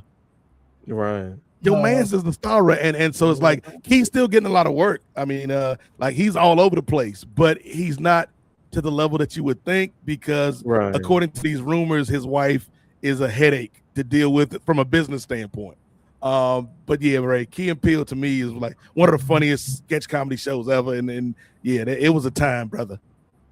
Indeed. And you know what? I'm gonna upgrade him from being the honorable mention. We'll both have him. I think that's okay. We'll both have him at number 2. Okay. Shout out to Key and Peele, man. I don't want you, but I need you. The joint where they was the jazz singers and they was beefing over a Retta. Your breath smells like an open butch dooby doo. Yeah, man. Key and Peele was great, dog. Kris, Ray and I both given our second choices for the dynamic duos. Who was your second choice, Professor? Yeah. So I'm a little torn with these because I got a few of them. Okay. But for me, it's gonna be Will Smith and Carlton Banks. Good choice. And the reason why I like them a lot is because it's almost like kind of a Gilligan and Skipper relationship where Gilligan often gets on the Skipper's nerves. But their relationship is such where you could tell that they love each other, you know? Right. And that was one of the reasons why I hated those ride-along movies so much. Because like with Kevin Hart and Ice Cube, because I never got the hit in one scene in either of those movies that those two even liked each other. Like they like why would we the brothers-in-law? Yeah, why would you even put yourself in that position? You know, But I thought like with Will and Carlton, I thought like, and I'm talking about from the TV show, not so much from Bel Air. Although on Bel Air they were okay, but mainly from the TV show because they talking had about Will Smith and Alfonso Ribeiro. Yeah.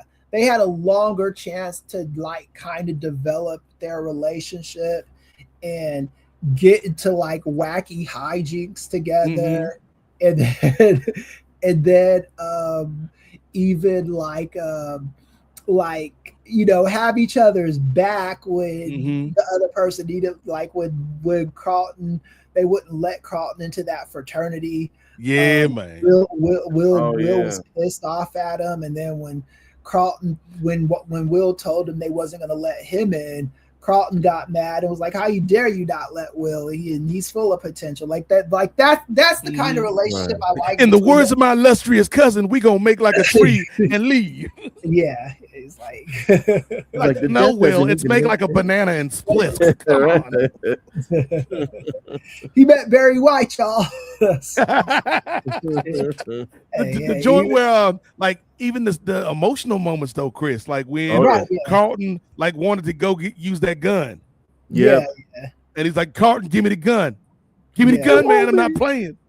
I saved your life. I saved your life. He should have let Carlton knock that fool, But I mean, that's just me. I'm gonna say, Will, you from Philly? You know how the game go, dog. Yeah, let him pop that nigga, man. Nah, but Will was looking out for his best interest, that was the kind of stuff I liked out of that, and I always kind of like measure those kind of like relationships off of that, because even like on the Jamie Foxx show, they modeled that relationship with Braxton and Jamie, that Broham. Right, yeah. And that's always the like, even if you're like you don't get along, the characters like are fire and ice, they're still like the connective tissue of familiarity, and we're like a family. And Pam and Martin. Right, yeah, Pam and Martin too. Yeah, that's a good one too. Like even with Pam and Martin, like they had their battles, but when Gina's friend came in and start clowning Pam as well, and Martin was like, "Hey, you don't clown. That's if anybody's gonna be clowning, this Pam is gonna be me. Like you don't get to do that. I get to do that because it's family. You don't get to we can fight, but you don't get to fight either one of us." Right. Yeah. Right. Exactly. So that is that's what.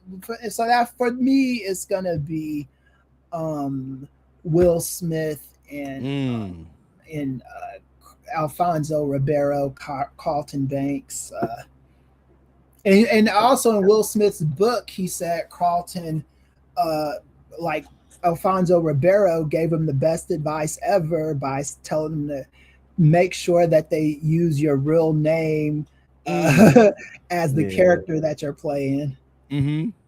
And they had the little joint like I think my favorite thing was like when they did the bloopers, Kris. And they like showed like the Apache dance that they used to do. Jump on it, jump on it, Apache, jump on it. Or when just seeing the two of them break each other up, like and make each other laugh. Like you could tell, at least at that time, like there was this kinship on screen and off screen between Will and Alfonso. Right, and they're still like doing things together too, like even like when they were done filming the show, Carlton was in the Wild Wild West music video. They appeared on the Graham Norton show in England together. It was Will, Jaden, Alfonso, and Jazzy Jeff. Yeah, and who was I think Bradley Cooper was sitting there with them too. I don't know. Yeah, someone else was there, but that's cool to see that they've developed that all the time, and they defended Will as much as they could after he did the smack to Chris Rock, but See, if Alfonso had been there, it wouldn't have went down because he'd have been like, "Put the hand down, Will. Yeah, you owe me, Will. Put the hand down. Don't slap him, dog. Don't do it. right, yeah. I'll save your career. You owe me. I saved your career. You owe me. Yeah, and I've always, even after that smack, because Will Smith really could have been an asshole about it and be like, yeah, I ain't sorry about that, and what, and people would have had his back, But when you do something like that, the only thing you can do afterwards is apologize and admit full fault. And hopefully one of these days, I don't know if it'll happen on Chris Rock's end, and I don't blame him if it doesn't, but hopefully, they can find a way to get along again. That whole situation was just weird and awkward. Yes. The Jada Pickett and her entanglements and stuff. Yes. Just all that shit, man. August was what? My God, man, that's just. Was it an entanglement or were you entangled? I don't know what the hell they were, and then talking about it on the red table. Yeah, man, just made that brother look weak. If that was my wife, I was like, look, wife, it's bad enough you slept with this teeny bopper. I ain't talking to you about this shit on no red table. Right. You ain't using me for clicks. Yeah, I've already agreed to stay with you. That's enough, We ain't going. Now you done got this man out here talking about I get bizarre. Like, Will, come on home, Will. Yeah. Okay, brother. Even though I'm an action star, I've been known to get bizarre. Is you okay, Will? Is you okay? But no, that's a hell of a pick, Chris. That's a really good pick for your second place dynamic duo. So here it is, Ray. There can only be one number one. Who is your all-time favorite dynamic duo, and why is it Toxic Attraction? And that's a trio, Ray. They can't be your number one duo. All right. Well, there's always hope for next year. My dynamic duo was a pair of brothers, who, in the 1990s, was a part of one of the most influential R&B bands / R&B groups of all time. Okay. And then they branched out on their own together as brothers, and they came out with songs that people will be playing at their weddings for decades upon decades, generations upon generations. My number one dynamic duo goes to Casey and JoJo. Nice. For a second, I was almost afraid you were going to say Nick and Drew Lachey. So glad you hit me with the Casey and JoJo. I agree. I could never find another lover sweeter than you, sweeter than you. Girl, you are. Because Casey go over the top all the time. Close to me, you're like my mother. Close to me, you're like my father. I like the song they did off of Life, too. Life. Story.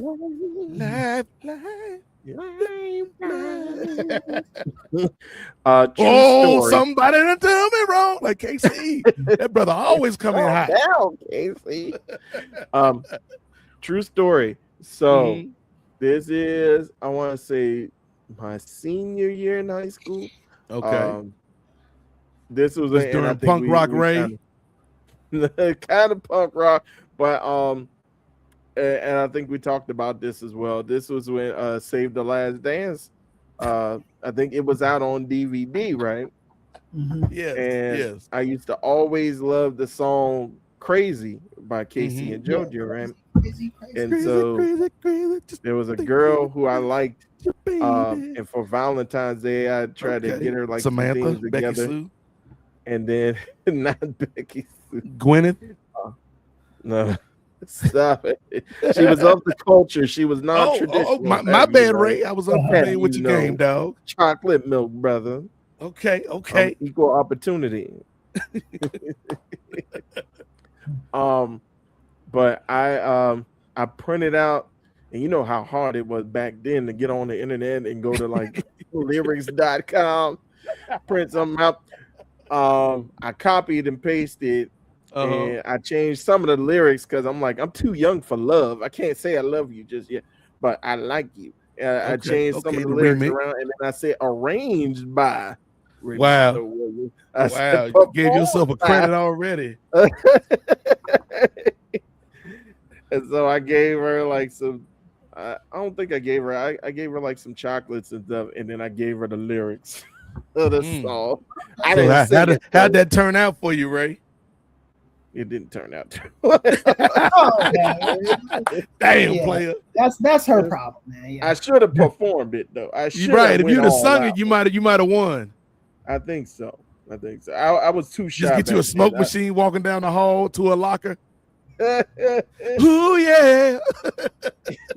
And we took the same bus home too. So I should have had a performance ready for the bus. Just choreography. Mm-hmm. Had my boys in the background. It was not to be. Be like, what was that? The Temptations movie where like they back then they called it serenading. Today they would call it harassing, where they were just singing to that girl the whole way home. Earth angel, would you be mine? Boo, boo, boo. Like, I'm just a fool. Like, you could have did that on the way home on the school bus, right? I should.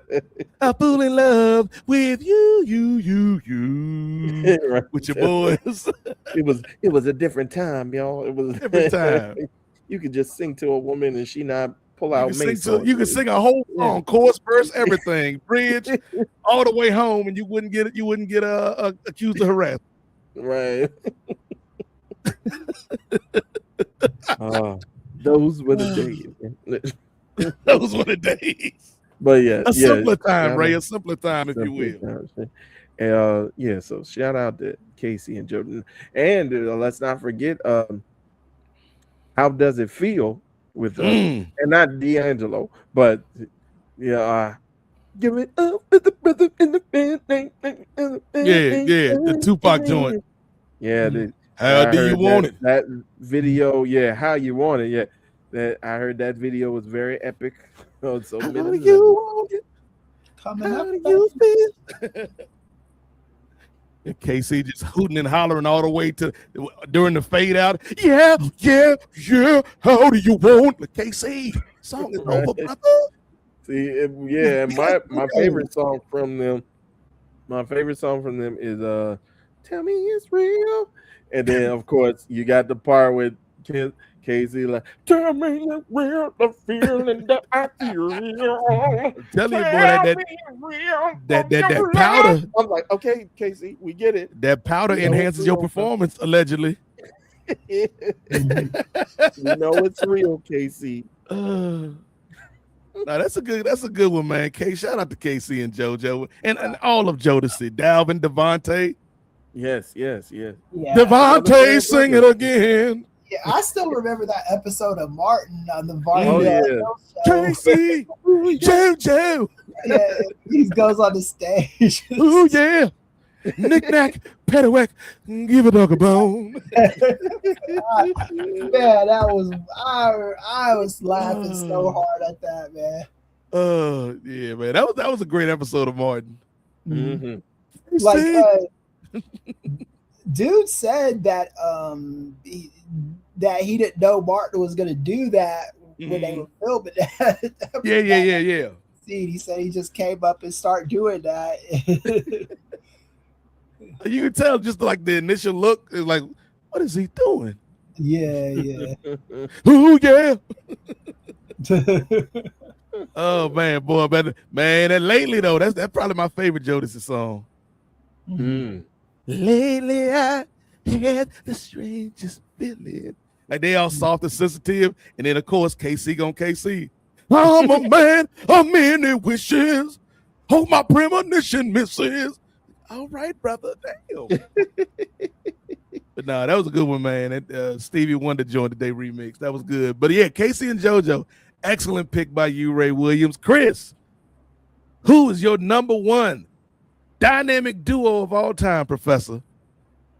Yeah, I could have went a lot of different ways with this. Could have been like Beavis and Butthead, or Bugs and Daffy.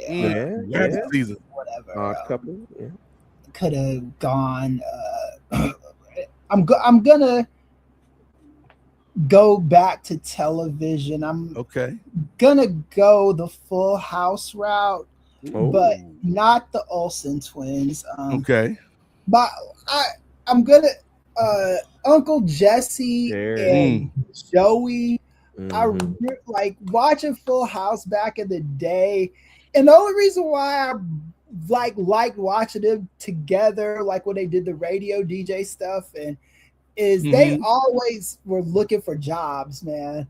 And that was my life all throughout the 2000s. Wasn't they like making jingles for the longest time? Jingles and shit, yeah. Like getting fired from shit all the time.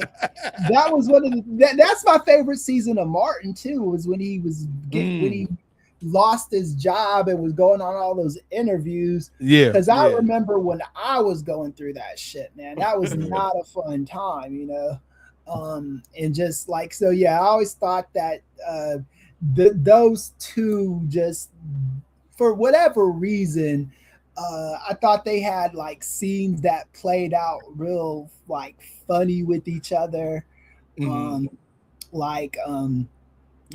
Tanner was sick of their ass. I got to pay for my daughter's like, Andy's grown ass man. Let these fools in the house, and they'd always respond to like the corniness in a certain way, like when they thought DJ was getting drunk with her friends or some shit, and, you know, all kinds Kimmy Gibbler trifling ass. Dealing with her and stuff. That's a good one, man. Not Danny Tanner, Joey. It was Jesse Katsopoulos and Joey. Was it Gladstone? His original name was Jesse Cochran, but then the OJ trial happened. Well, they said he wanted to get a last name that highlighted his Greek roots. Okay, shout out to that, man. They went to Katsopoulos or whatever. And they still cool because when was it last year or the year before when Stamos showed up with the bald cap in support of Joey? Yeah. Joey got his cancer diagnosis, which I think is in remission now. So okay, good, yeah, man. Yeah, and George and Easy, I could have shouted them out. Doctor was like, "What do you want us to do about this cancer?" He was like, "Hey, man, cut it out."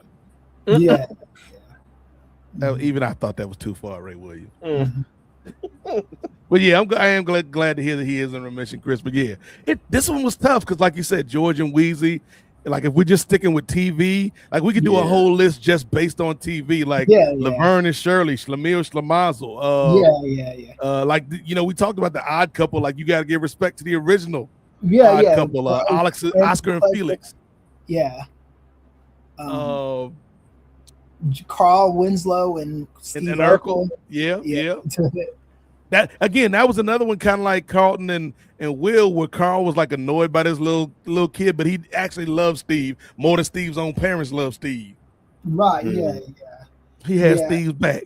Yeah, and I was actually watching Family Matters again with my sister, and I actually did, because Steve used to get on my nerves, but once I was watching the reruns again, in the episodes that I didn't watch towards the end, I actually like Steve and Laura's relationship a lot, how it started to evolve, you know? Right. I thought that was like interesting as well. Speaking of Key and Peele, that was another great sketch with Reginald Bell Johnson and Jaleel White. Yeah. That was hilarious. Did I do that? Yeah.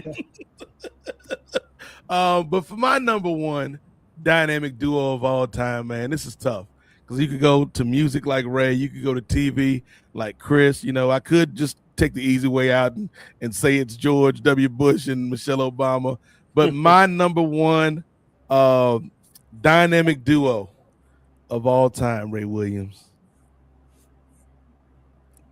I had to think long and hard about this one. You're stalling. But it's called setting the mood, Ray. The anticipation is killing people. Yeah.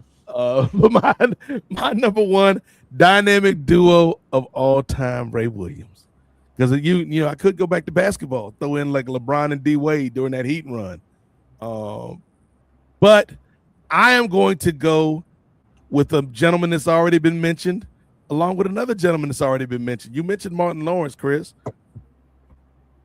You also mentioned Will Smith. Mm-hmm. Ray Williams. This shit just got real, man. Mm-hmm. Bad boys, bad boys. What yeah. you gonna do? What Yeah. you gonna do when we come for you? Snip, stuck, snow, Bad Boys, Martin Lawrence and Will Smith, man. Like, here's the thing about Bad Boys. I even watched the last Bad Boys, Bad Boys 4, which should have been called Bad Boys for Life, but it wasn't. Yeah, they Bad should have Boys switched 3. it without. Yeah, exactly. They should have switched it, not told nobody. That. Yeah, but like even seeing them in Bad Boys 4, like that chemistry is still there. And like, yeah, Martin is a little older, Will's a little older, but like that partnership of these guys that love each other, but they also be getting on each other's nerves, man. Like but they also down, like, we ride together, we die together. Bad Boys for life. Like, I loved the fourth Bad Boys movie, man. Shout out to the man Reggie on these streets, Ray. But yeah, just from that original comedy, which people don't know, the original Bad Boys. Do you know who they were supposed to be, Ray? It's gonna blow your mind. It was the white guys. Yeah. I want to see if Ray can guess. How you say white guys? Yes. And it's not even the white guys you probably would think. I heard something about John. It wasn't John Lovitz. The original Bad Boys was supposed to be John Lovitz and Dana Carvey, cuz. Yeah. Like, wow. We went from John Lovitz and Dana Carvey to Will and Martin, dog. And the world is a better place because of it. Indeed. Right, yeah. Like, I think you could have did John Lovitz and Will and Dana Carvey in a different movie, not Bad Boys. Yeah, not Bad Boys. Because you can't have them going through Miami shooting up a bunch of Jamaican people. That wouldn't fly. Right, yeah, and even like what's his name? I doubt that was probably in the original script too. But even that scene where in the first Bad Boys, where Will Smith is running with his shirt unbuttoned, see all his muscles. That's the scene that turned him into a movie star. You know, if it's not Will Smith and Martin, a lot of trajectories could might have been different. And Martin Lawrence actually became a movie star, not to the level of Will Smith, but he had a good run. Star after that, because he had like Blue Streak and stuff like National Security. National Security. Those big Mama House movies made a lot of money. Yep. And people forget, it's easy to forget now looking back at it, but Martin Lawrence was actually the bigger star at the time. Yeah, he got top billing. You know, they didn't start. Like, once the third one came out, you had no choice but to give Wilson top billing at that point. But yeah, in the first movie, that because Martin was the one that they originally came to with this movie, and Martin asked for Will Smith to be his co-star. Yep, you know? People don't know that. So yeah, man, like Martin and Will, to me, like, buddy cop is a tried and true formula in Hollywood, but I think Bad Boys, like, you can give a tip of the cap to Lethal Weapon or 48 Hours, movies like that. The other guys, but to me, what's the other one? 21 Jump Street. But I think Bad Boys to me is the perfection of that buddy cop formula, because at the end of the day, those guys actually do love each other. Yeah. Because I mean, like that formula existed. I think, like you said, it was perfected by Will Smith and Martin Lawrence. I like that movie with Gregory Hines and Billy Crystal from the 80s. I'm blanking on the name of it, but it was a good movie. But yeah, Will Smith and Martin Lawrence, because even Eddie Murphy and the Nick Nolte movie.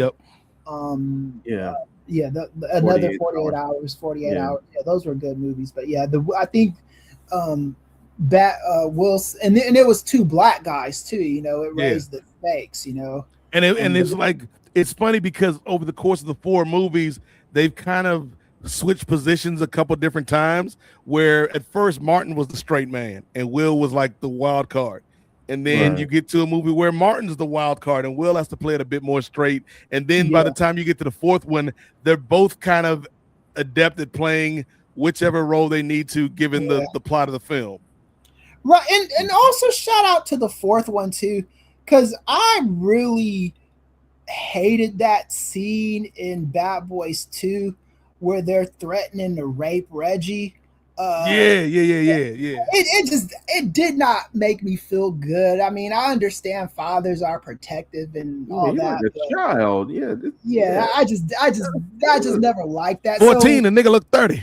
Yeah, but by the time by the last one, they gave him that arc where he's taking down all those. That was cool, man. When Reggie was like taking out the whole squad that came to get him, and then salutes the camera.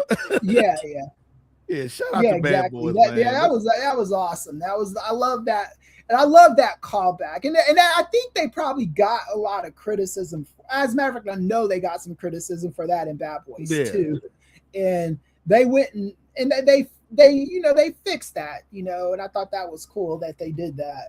They fixed everything except for Gabrielle Union because she ain't never been back. I know, man. It's so fine too, man. That's your I get it that her and Will's character ain't together, but that was your whole sister, Martin. What happened to your sister? Yeah, they did the TV show with her, and it didn't. Oh yeah. Pick up. It didn't work. But I thought it was a decent show. I thought if more people knew about it, it might have did better. If they had more callbacks to the original Bad Boys. Because you can't go wrong with Jessica Alba or Gabrielle Union, And that original Bad Boy soundtrack too, Ray. Woo! Yeah. And Shy Guy joined. Oh Lord, say mercy. My God, on the party. My wife is watching in the living room. I guess she sent me a message. We were talking about Kenan and Kel yesterday, and I'll put Kenan and Kel at my number one. Here we go. All right. But yeah, man, that relationship and the fact that, and that's the good thing about having a franchise if you're an actor, because you could have 50 flops in a row. But if you always have a franchise Bad Boys back to it doesn't matter, man. Yeah, you will always be a movie star. You can slap a motherfucker on live TV and always come back to Bad Boys.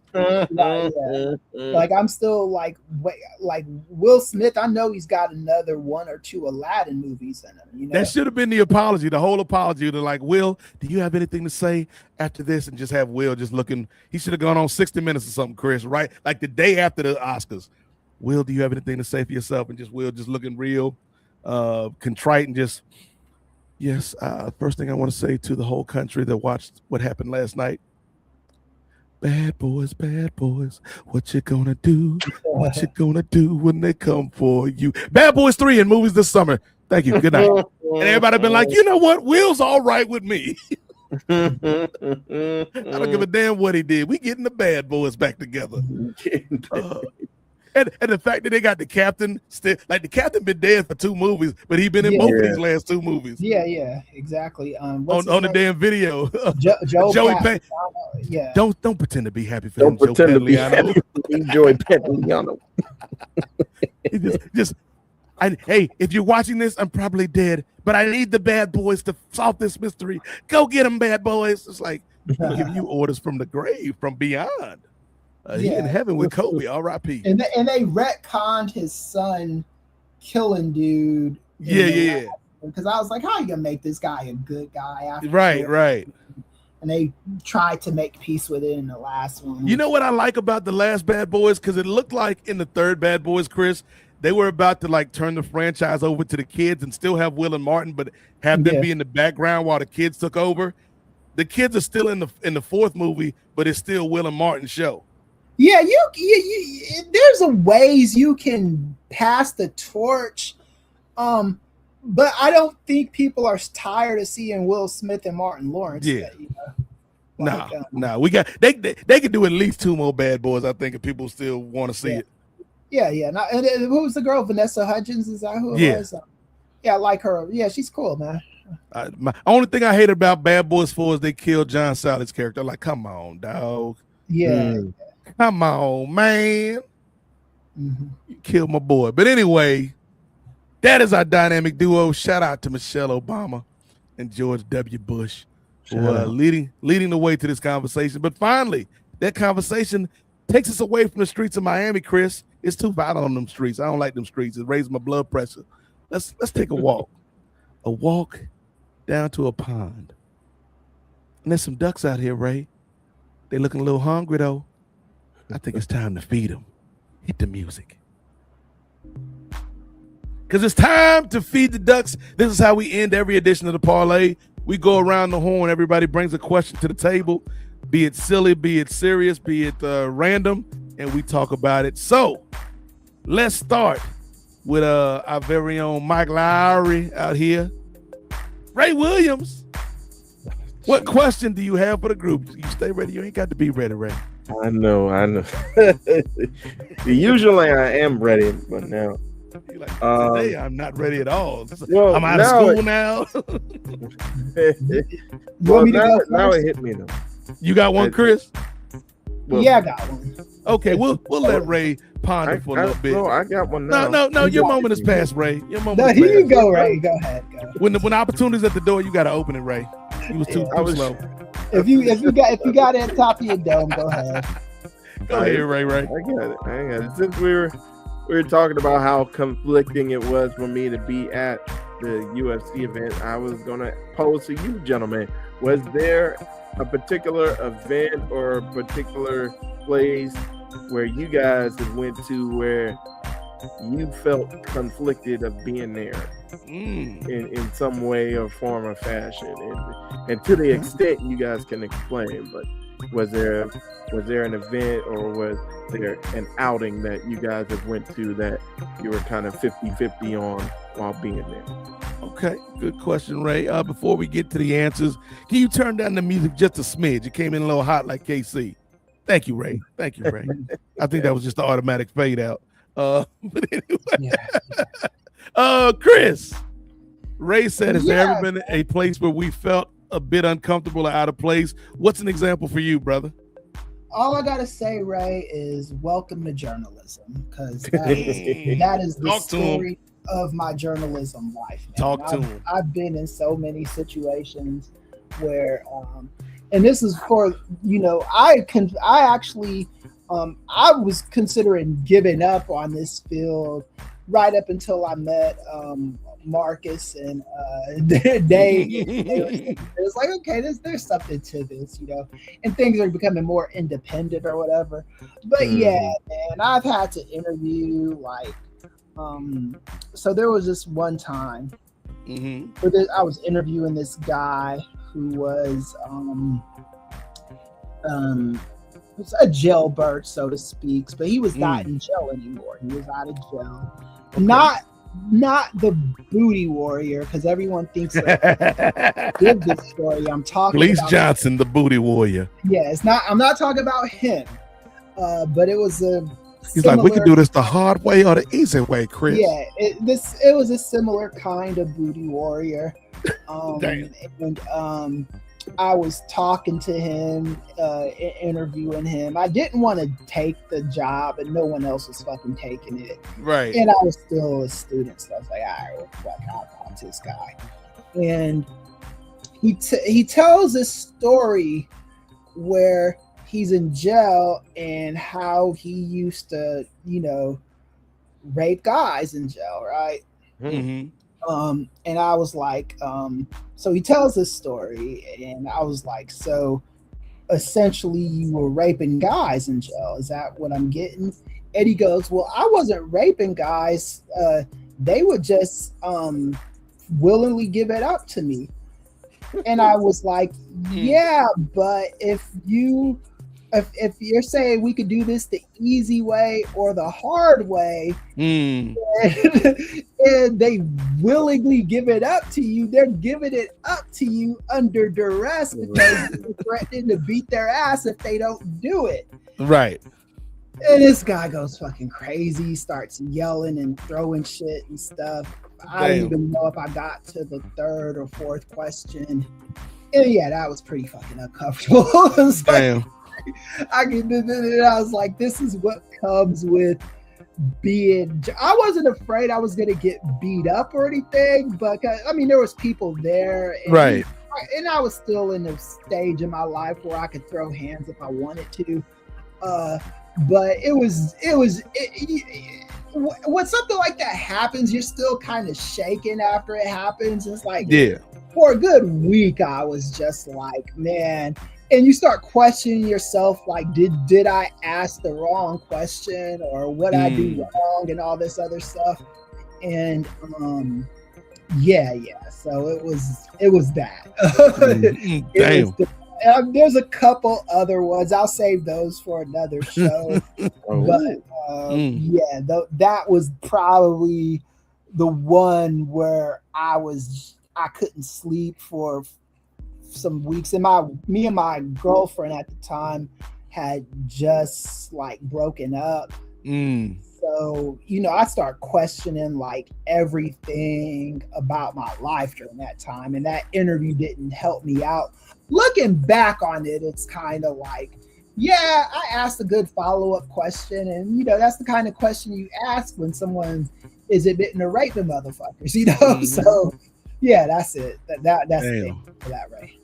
Kris was like, my booty is mine. It belongs to me. You cannot have my booty. And shout out to the Boondocks, man. That episode is a classic. Right, yeah. I know who you are, Chris Hansen. But see, I call you Chris Handsome.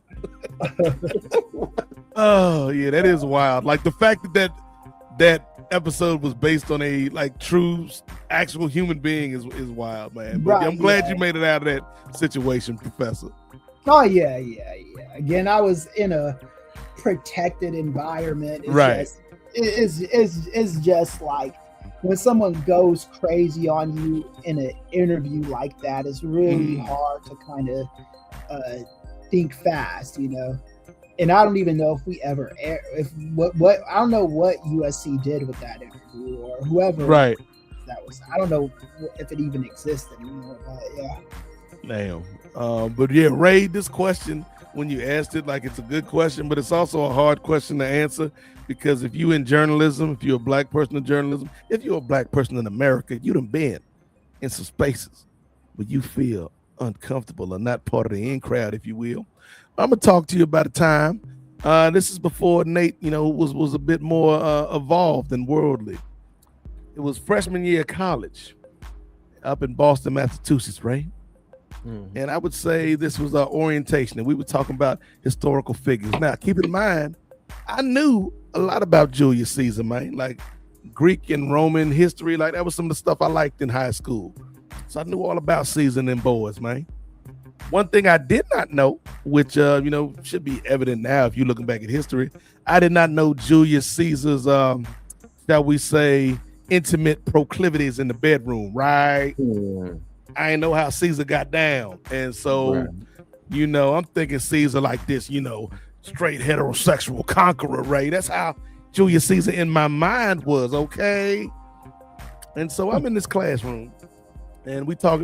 The topic was, it may have been during Pride Month. It was like the great LGBTQ figures in history. Now, keep in mind, I'm in Boston, Massachusetts. It's during Pride Month, and at least 50 to 60% of my classmates are LGBTQ.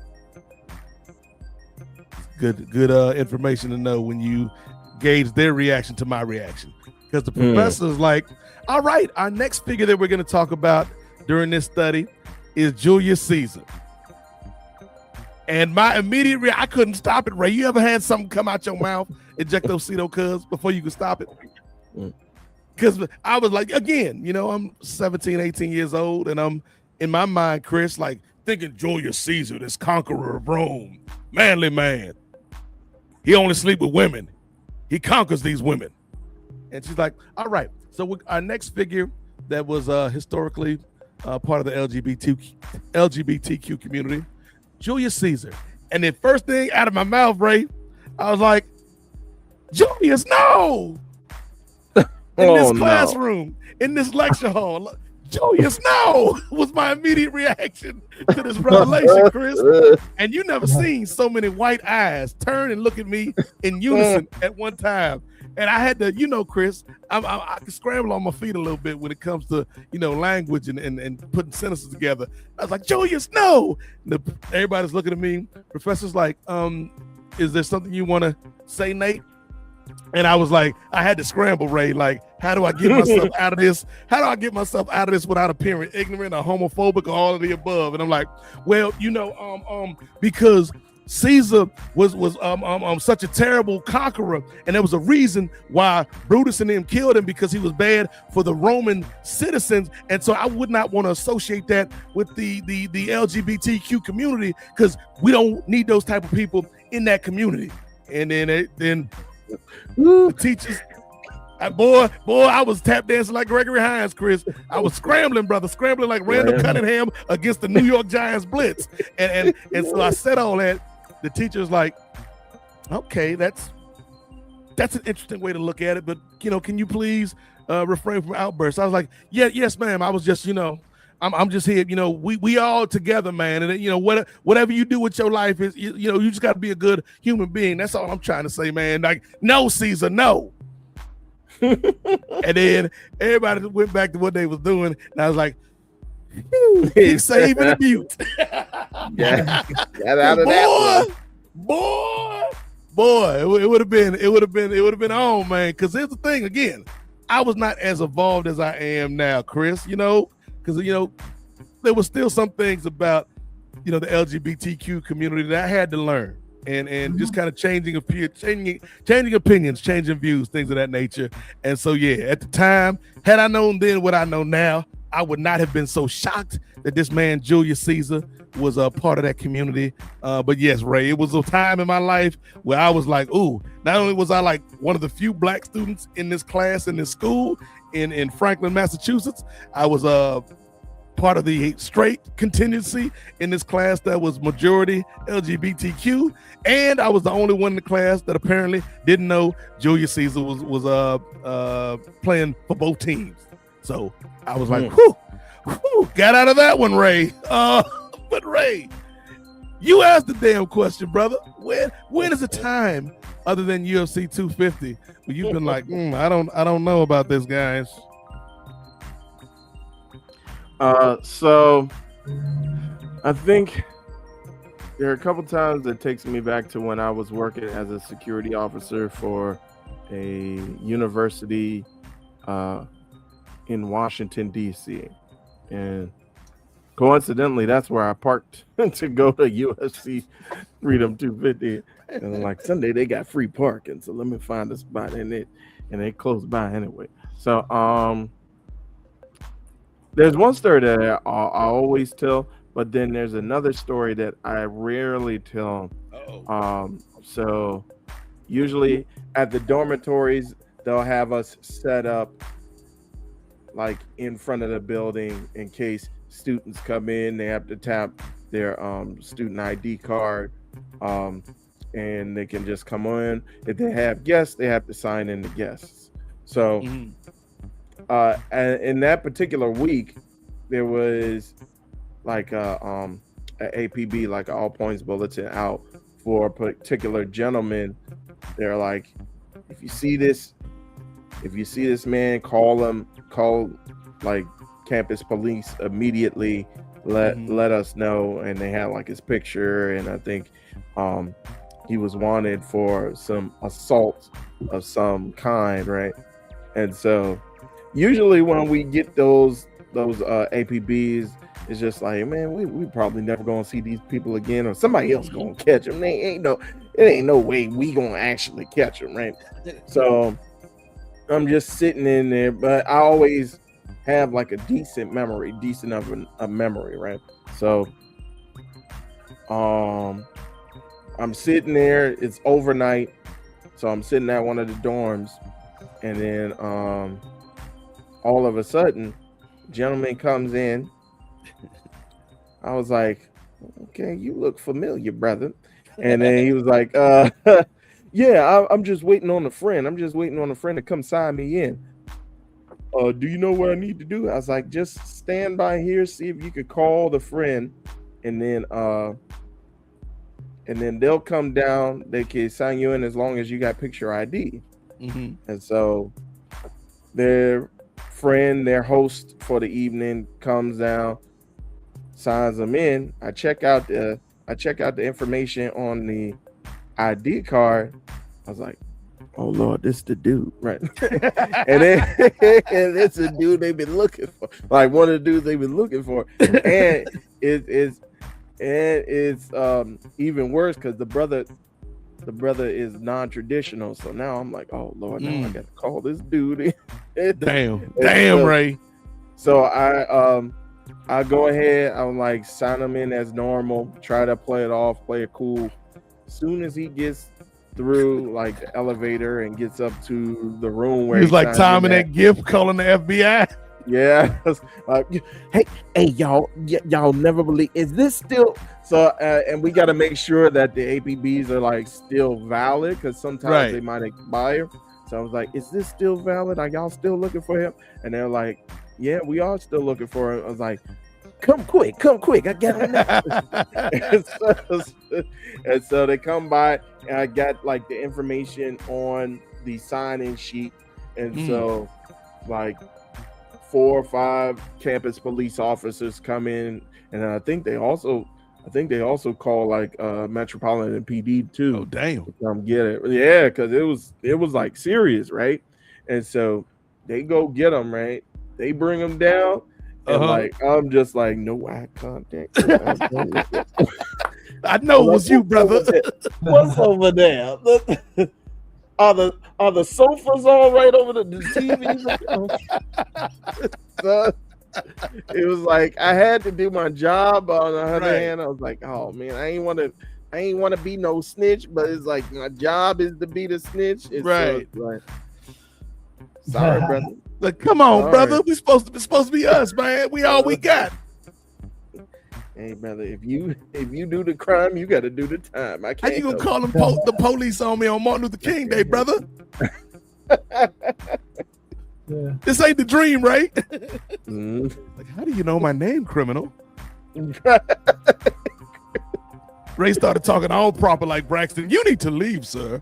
Be gone, sir. Be gone. This is a place of learning. Someone get this ruffian out of here, off of the premises. Get this chickaboo away from me. Damn, right?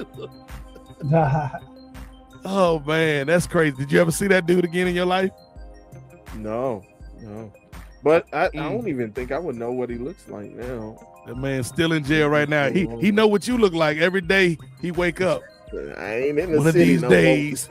You gonna have to come find me, bro. I ain't in the city no more. Hey Ray, I hate to tell you, but you on an internationally known podcast right now. Internationally known. Well, I didn't say which university. I didn't say which dorm. So you did. You covered your tracks, dog. Do what you may. Yeah. Damn, that's crazy. My boy Ray I know you were shook too. As soon as he walked upstairs, like, what do I do? Exactly. Damn, that's a good story, Ray. That's a good story, man. All right, Doc, what do you got for the group, man? Okay, so the question I want to ask is, which actors do you think were the biggest snubs when it came to getting Oscar nominations? So not even people who got nominated and didn't win, but people who should have got nominated for roles and didn't even get nominated. You know? Okay. That's a really good question. I'll go first because at first I thought you were going to go the route of which nominees that got snubbed, because we've talked about that a little bit before. Like obviously like Denzel for Malcolm X, or Angela Bassett for Best Supporting Actress in Black Panther. But in terms of people, Spike Lee for Malcolm X too. Spike Lee for Malcolm X, yep. But in terms of people who didn't get nominated, I think I'll stick with Black Panther, because I think You could have made the argument. Granted, it's a genre movie, and at that time, even still now, it's hard for genre movies to kind of get that acceptance, Kris, from the Academy.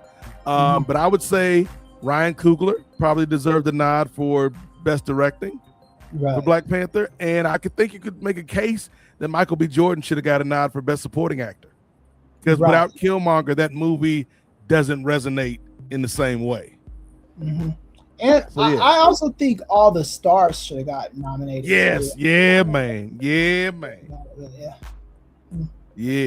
That's what Ray said to that dude when the cops were hauling him away.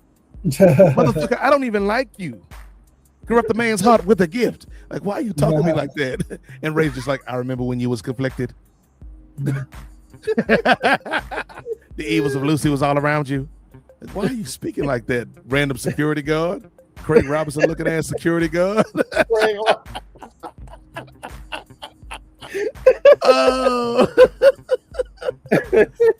Ray, who do you think should have gotten nominated for an Academy Award that didn't?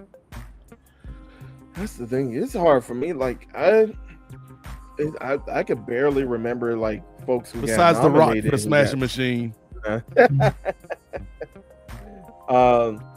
Oh, the way Kris was talking, Kris thought he was going to get nominated.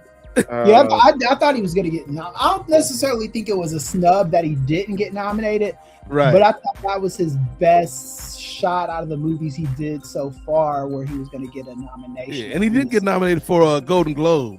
Yeah. I didn't think he was going to win it. I thought he would get at least a nom. At least be in the mix.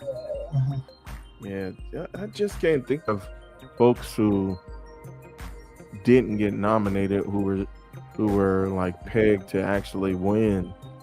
Like I they didn't have to be pegged to win. They just people that you thought a performance that you thought was good and should have gotten nominated. Julia Stiles and Save the Last Dance. Yeah, like Julia Stiles and Save the Last Dance. The way she danced at that. Where was she trying to get accepted to? Was it Juilliard, Ray? I think so. It was Juilliard. That way she danced in that scene to get accepted in the Juilliard. She should have got a nomination for that, cuz. Dang it. I can't think of I don't know if I could think of anybody that really comes. It's a good question. Like, you don't, like, who was, like, what were the good movies? Who was not nominated? Right. Yeah.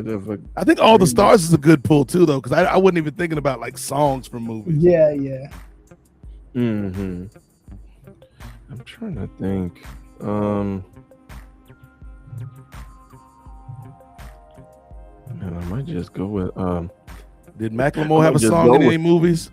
I might just go with The Rock and Smashing Machine. Hey, just because I can't think of nothing else. That's a good answer. Yeah, I thought he could have gotten. I thought that was his best, most Oscar-worthy performance. If Gridiron Gang was like a slightly better movie, I thought he could have probably gotten nominated. No, that's your actual answer, Ray. You think The Rock should have been nominated just for that one scene in Gridiron Gang? Oh yeah. When did you learn to forgive your old man, Coach? I just did. I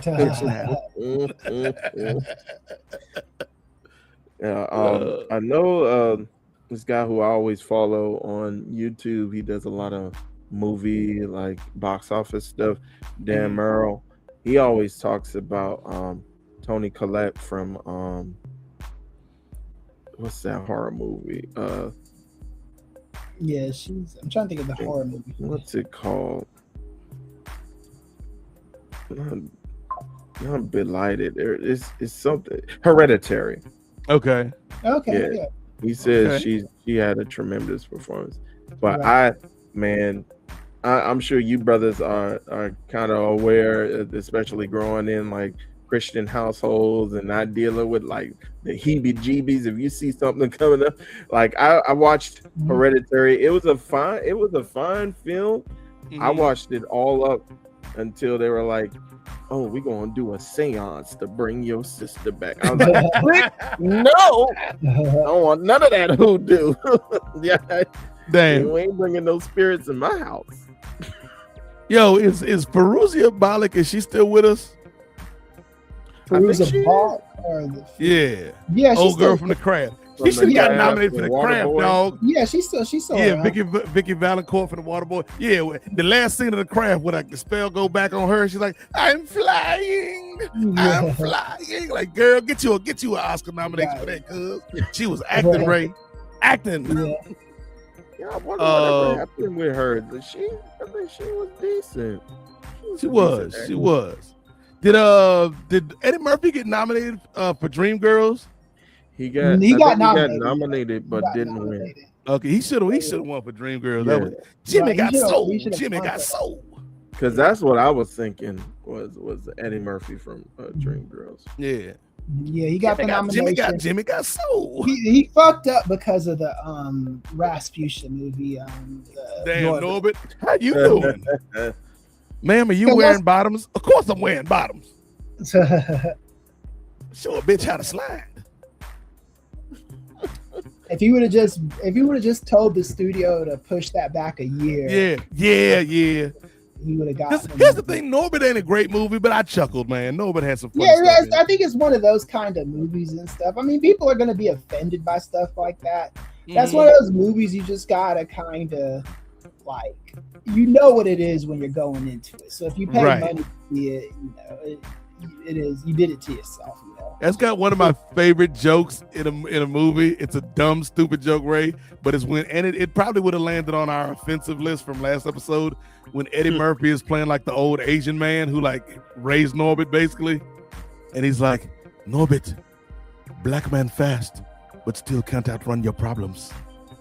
It's like, damn. That's bars right there, Eddie Murphy in the Asian face. But Kris, you asked the damn question, so I'm assuming you got a good answer, sir. I got a couple. So Eddie Murphy is one of my answers, and it's for the Nutty Professor. And I don't even give a fuck which one it is. I think he should have gotten nominated for those because in those movies, I don't think he was just doing impressions of the people he was playing. I thought he was acting his ass off. Right. So I really thought, Sherman. Yeah, if the Nutty Professor wasn't a comedy, he probably would have gotten nominated, right? And then Hercules. And then the other one that I'm thinking of is what's it called? Life with Martin. Man. I thought Martin's performance in that movie. The movie is what it is. I don't think it's a great movie. It's actually really depressing.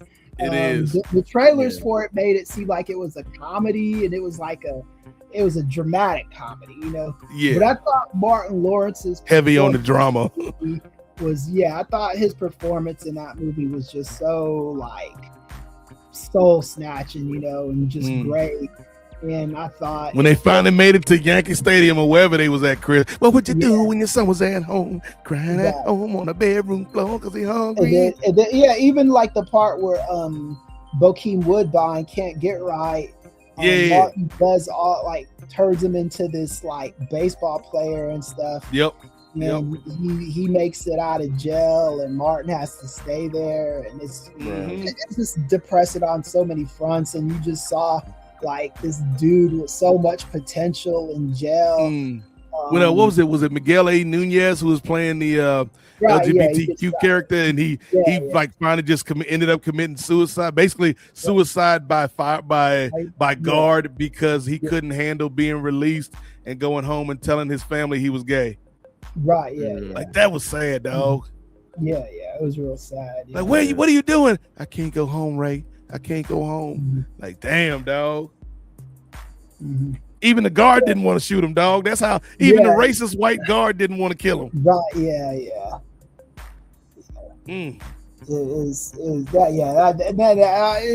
Martin's performance in that always kind of just when he goes to get the pie stuck with me. The pies, like nigga pies.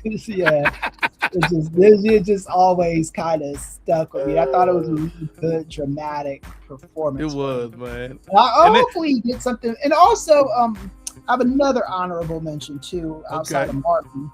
Marlon Wayans in Requiem for a Dream. I don't know if y'all saw that, but he went to so many depths in that movie, and if anybody should have gotten nominated for something, it should have been him for that, man. But it was an NC-17 movie, so that was gonna probably stop that. But yeah. Nah, that's a good question, Kris. Because shout out to Martin and Eddie. Could have been a dynamic duo as well, man. Because they did that thing in life. Yeah.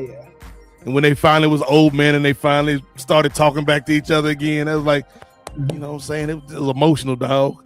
Yeah. Now their kids are married to each other. For real? Yeah, his Martin's daughter is married to Eddie Murphy's son. Oh wow, that's crazy. So for you, this is just a good time, but for them, that's what they call life. All right. Go ahead, Ray.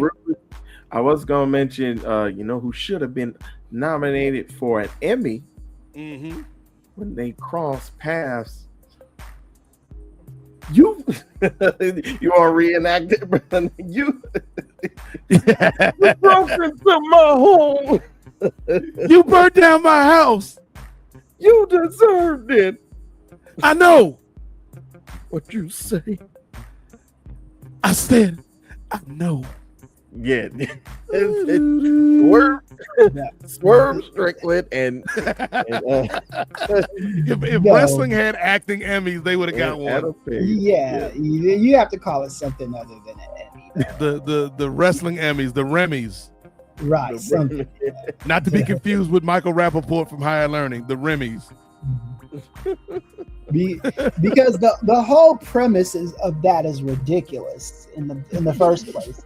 So having a good it started with him throwing a shirt on this man's baby. Yeah. So having a good scene doesn't make it like Emmy. By the standards of wrestling, though, Kris, it was cinema. Yeah, by standards of wrestling, yeah, but by regular normal standards, there's a reason why wrestling should never get nominated for shit. So let's keep on this train and talk about Emmys and maybe some shows that have won Emmys in the past. Kris and Ray, one of the shows I was actually excited to watch, and I don't watch a lot of regular broadcast TV shows when they air anymore. I just don't have the time or the energy, or I'm doing something else. But one of the shows I did watch this past season was Scrubs, man. That Scrubs revival. Woo! And it wasn't quite like peak Scrubs, but I do think, Kris, and this may be a hot take in the Scrubs fandom, in Scrubdom, I think that this season of the Scrubs revival was better than the last couple of seasons of Scrubs when it was actually airing during its run. The ABC seasons, the ABC season, and even maybe the last NBC season. Right, yeah. I think the revival was a little bit better than both of those. So I really enjoyed the Scrubs revival, and I hope they get another season. But my question is there a sitcom or a show that you would like to see brought back for a revival run? And we can start with you, Kris. So a show that I want to see got brought back. They're doing the Varnell Hill show, so I'm looking forward to that. I can't. Did you miss me? Yeah. If I was gonna do a show to bring back, it would be maybe a character that we were revisiting in 2026. Okay. I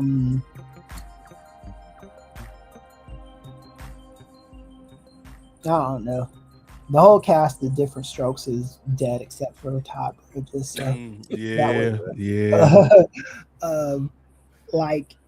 We are getting a Different World reboot, though. I'm kind of excited for that. I'm looking for that. I was thinking of that, and that was one that I used to say that to a lot of times. I was like, they could have been doing that show for years, But glad we're gonna get that. if I was gonna let me think. I mean, you could do that show with, you could do that concept with a lot of different shows. Like, you just have to make it true to the original. Like, you could do that with like a One Tree Hill or something like that. Or like they did it with 90210. I thought it could have been better. The first season was fine. The rest were I'm trying to think of one definitive one. Like One Tree Hill would be cool, but I wasn't like, I didn't like One Tree Hill enough to to be invested in a reboot. Yeah, to be invested in a reboot. You know, like I'd probably catch it and see what it's about. Gossip Girl XOXO. Yeah. Didn't they do a reboot to Gossip Girl? I think they did, and and nobody watched it. Right. Yeah. That gossip was kept secret. Ain't nobody find out the tea, right? Yeah. But if I like, I wouldn't mind seeing like a follow up on like a Living Single. You know? Yes, that's yep. See where those characters. Have you seen the fan kind of concept for a reboot? It's actually pretty good. Yes, I did see the fan concept. Yeah, so you know, maybe something will happen. I'm Facebook friends with Yvette Lee Bowser. I met her a long time ago, briefly. So, people don't know Kris was originally the actor that was going to play Kyle Barker.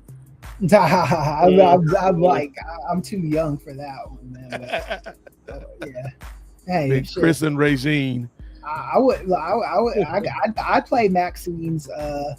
Maxine, that's right. It was Maxine and Kyle. Erica Alexander's. Man. Yes. She could get it back in the 90s. She could get it in the 2000s. That's why Kris wasn't hired. Like, Kris, it's just a script. Dog, this ain't real. Leave us alone. Have you heard any of their podcasts? It's actually pretty good, Kris. No, I haven't listened to any of those yet, man, because I like all my content is like YouTube content and stuff like that. The only like follow like show that I like where they review the episodes, I've heard a few episodes of the Boy Meets World one. Okay. With Daniel Fishel and them. Yeah. They got one for Family Matters now, which is decent. Yeah, with Thelma Hopkins and Kelly Shaneen Williams. Right? Yep. Yeah, I like if I might when because we're driving to San Jose. That's going to take about 5 hours, so I might listen to some of that when we do that. Okay. So your definitive answer as of this point, Kris, would be? It'd be like Living Single. Living Single, yeah. That's actually one of the ones I was going to go with. So now I have to think of another one. So Ray Williams, what show would you like to see rebooted? All right. Well, and why is it Seventh Heaven? Well, I think of one. Stephen Collins, though, we can't. Yeah, man. We can't follow that storyline.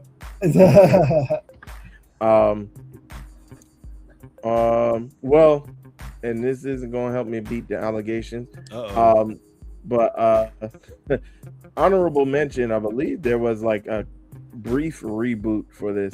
But Lizzie McGuire, there was a I Hillary Duff looking at his boy.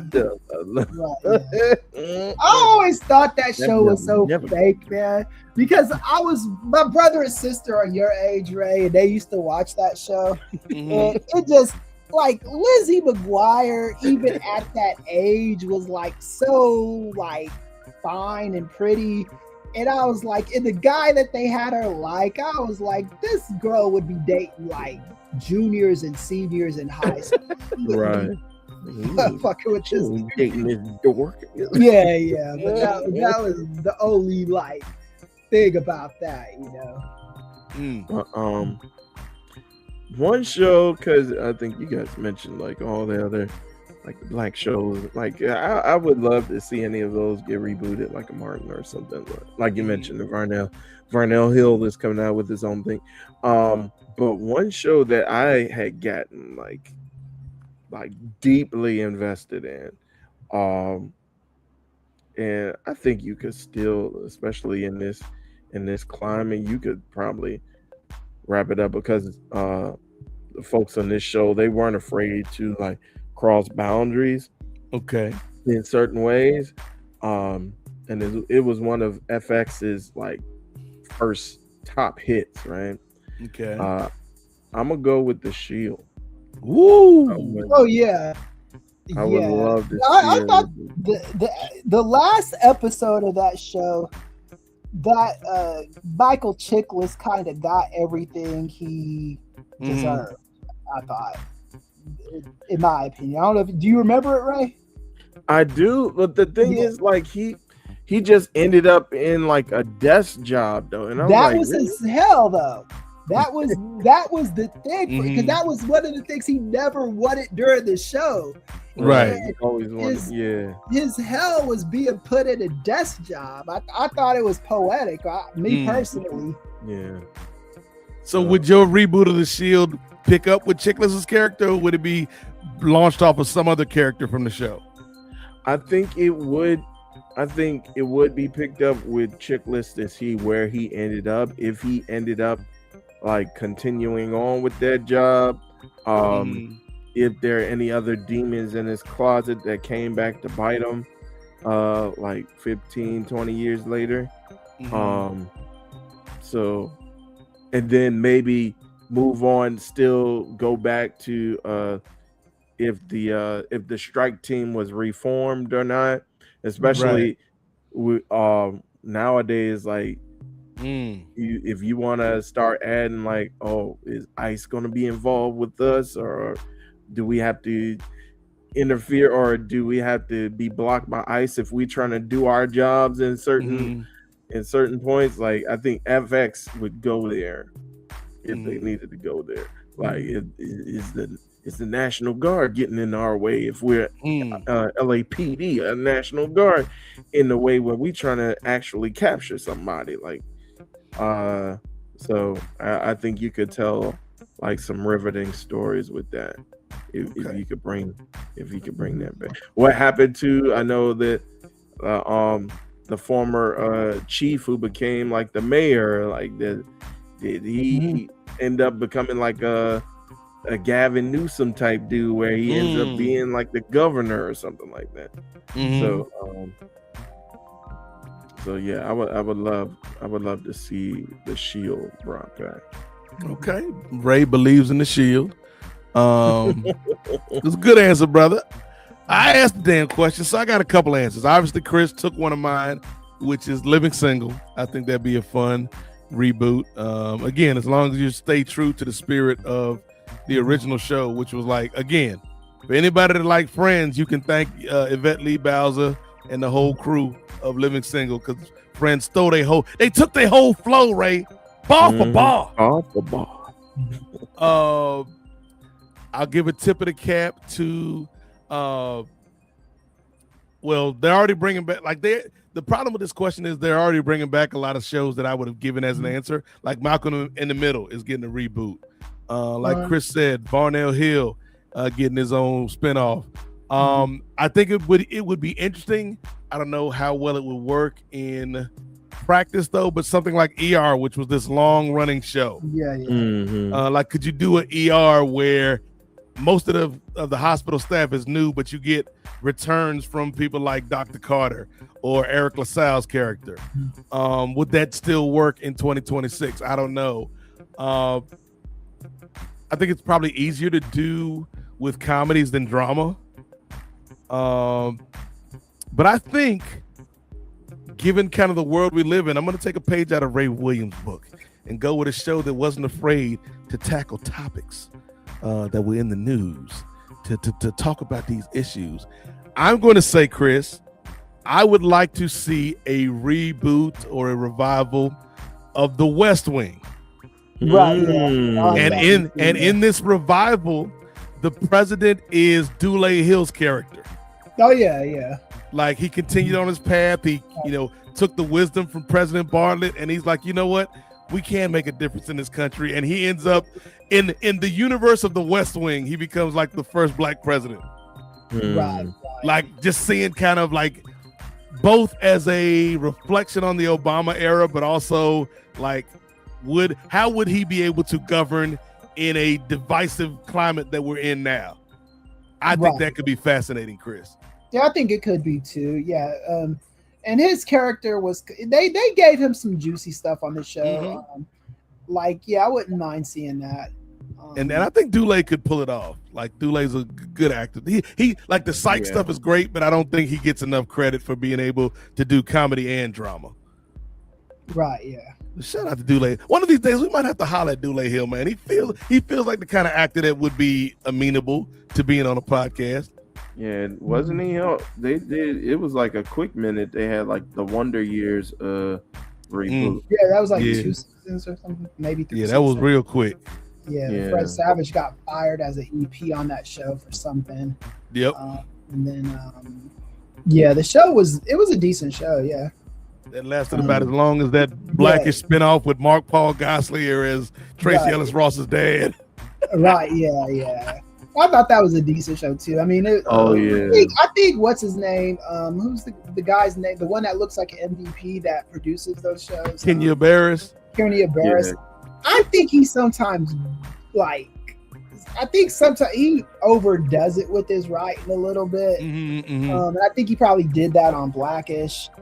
In that Netflix show he had, I thought that show was a little kind of redundant because all it was Blackish except on Netflix, you know. That was the title, Blackish. It's on Netflix now. And I actually disagree with Ray a little bit on this show. Not because I don't think it is worthy of a reboot. But I thought Michael Chiklis I thought his hell was, I loved it. I thought he got exactly what he deserved after seasons of just not being a good guy. You know, I thought I think if now me and Kris are like the studio giving Ray notes. Like, okay, Ramondo, this is a good concept. But I think if you were going to do a reboot of The Shield, it would probably focus on whatever this new iteration, if there is a new iteration, of the strike team is, and then maybe mid-season, Kris, or towards the end of season 1 is when there's somebody's like, whatever happened to Vic Mackey? And then that's when we see Chiklis. So the show isn't revolving around Vic Mackey because, like you said, I think they left him where he needed to be. But I don't think you can do a Shield reboot without at least addressing Vic Mackey. I think if you do that, or if you do the show back and he's just been miserable at that job for so fucking long, and you know, maybe he could redeem himself a little bit, you know. But the thing is, go ahead, Ray. I was gonna say, like, I think because he's always scheming, so he's always gonna figure out a way. Even if he's caught up with something, then he's gonna try to figure out a way to get out of it. So I would love to see, like, 10, 15 years down the line, like, if he's still kind of dabbling his feet outside of the office, even though he's supposed to be like at a desk job, is he still kind of like vicariously working through somebody else? Or did he actually learn from his mistakes and from all the grimy stuff that he did? Or is he just trying to get back into that life because he missed it so much? Like, I think there's a story to tell there. I think you like, I think you kind of have to start without Vic before we get to Vic, though. Right. But you know what? Vic Mackey may not have learned from his mistakes, but you know who would learn from his life experience and make this world a better place, Kris? President Charlie Young on the West Wing, coming to NBC this fall. You thought this country wasn't ready for another black president? Well, here it comes. That'll be the whole ad campaign. Like, hey, and they get the AC/DC, back in black, You're like, this doesn't fit at all what we going for. What are we doing? Martin Sheen, stop this. But yeah, I think the West Wing revival could actually be really interesting for such a time as this, Ray. Give us an example of what a good president actually looks like. Yeah. We know CBS ain't gonna have it. No, CBS ain't gonna play it. On NBC. Byron, now they'll be like, you know what? We'll do a president show of our own starring Byron Allen. Coming up next, Mideast Peace Talks. And that's how you feed ducks on the pond, Ray. Cut the music. All right. This was by our standards, this was a brisk edition of the parlay. Yeah, we it did only it, went fellas. 30 minutes over. That's when my alarm went off. So I was gonna say like this. Oh, for us, hey, baby steps, Kris, baby steps. But yeah, we're gonna get out of here for this edition of the parlay. Appreciate everybody who checked us out live on a Monday evening. We'll be back next week. I don't know what we're gonna do next week. Maybe it may be time to bring the Kings of Sport back, coming off of the NBA Finals and then Tuesday's NBA draft. We haven't really talked a lot of WNBA this year. Whoop, my Atlanta Dream, Ray. My Atlanta Dream out here doing work. Oh yeah, they looking good. They're looking good. Ray's Washington Mystics ain't half bad either. Yeah, Kiki, do you love me? She came off the injury reserve and she started cooking, boy. So I'm glad she's back. And the Chicago Sky are exactly where they deserve to be. Even though they got a dub over the weekend, surprisingly. They still 4-11, Ray. 4-11, Ray. Skylar Diggins ain't gonna let this happen for too much longer. She about to blow up the whole operation. She gonna be like Nino Brown when the Carter went down, Kris. A multi-billion-dollar operation reduced to rupples. I blame you, G Money, and she gonna be pointing at Courtney Vandersloot. All right, so that's gonna do it for this edition of the parlay. We'll probably be back next Monday with the Kings of Sport, but again, card subject to change as always here at Nefarious Media Network. Be sure to check out a couple things. The Trip Rogers interview is now live, both in audio and YouTube form. Shout out to our man Jay Lacey, who interviewed pro wrestler Trip Rogers from out there in SoCal. So check that out, man, and check out Kris and Jay's exploits as they try to find the way to San Jose for AEW Forbidden Door. Kris is like, I already know the way to San Jose. It's like, Kris, don't step on my joke, brother. But we hope everybody had fun with this edition of the parlay. Before we get out of here, let's go around the horn one last time and get some plugs out there. Kris, what have you got going on, my brother? Let the people know about the Substack and all the other things that you are doing, my friend. Yeah, I got a Lincoln Square article coming out this week. I don't know when they're going to publish it. It's on the white population in the Republican Party's fear that it's dwindling. Interesting read, so check it out. I'm gonna work on something either tonight or tomorrow, just depending on how I'm feeling. I woke up real early today after going to bed real late last night, so I'm probably this morning take a load off today. So but yeah, that's what's going on in my world. This man Kris, man, he's a gamer. This was Kris's flu game, Ray. He wasn't sick, but he spent last night talking about Jey Uso and TNA, and Kris is fighting through it. We appreciate you, Doc. Indeed. Ray Williams, what have you got going on, brother? And where can the people find you? Besides the next CPAC convention. No. No, you won't find me there at all. Don't go looking. But again, thank you, Brother Nate and Brother Kris, for the time. As always, you can find me right here on the Nefarious Media Network. More recently, as we stated off the top of the show, we do have a Styles Break Fights episode where we go into even more detail. Myself, Brother Jay Lacey, and Brother Kris Ely, we go into more detail about the political ramifications that UFC Freedom 250 has. And then myself and Jay also actually cover the results of the fight. And we also talk about the infamous comments made by one bonehead fighter after he got a tremendous victory. He went right away to stick his foot in his mouth, but I guess, as the kids say, he went clout chasing. So we'll see what happens after his chase of clout. So that episode went live today as well. So find that wherever you can find podcasts under Nefarious Media Network, as well as with the Post Wrestling Network. I was again one of the rotating guests, rotating co-host, if you will, with Kay from Montreal for Collision Course, covering the most recent episode of Collision, which was taped, but we still watched it as though it was live, and we covered it on last Saturday. So if you didn't get a chance to go back and listen to that review, go ahead and check that out on postwrestling.com. Good stuff, Ray Williams. Always appreciate you, brother. Even with the jokes, you know, we got to joke a little bit, Ray. We got to have some jokey jokes. Indeed. In terms of me, you can find me right here on the Nefarious Media Network.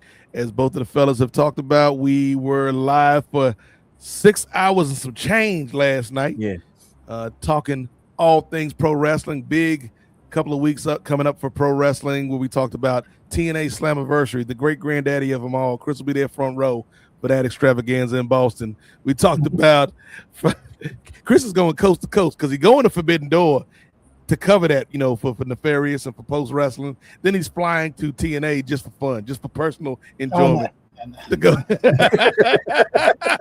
If I go to TNA or watch a TNA pay-per-view, I have to be paid to watch that.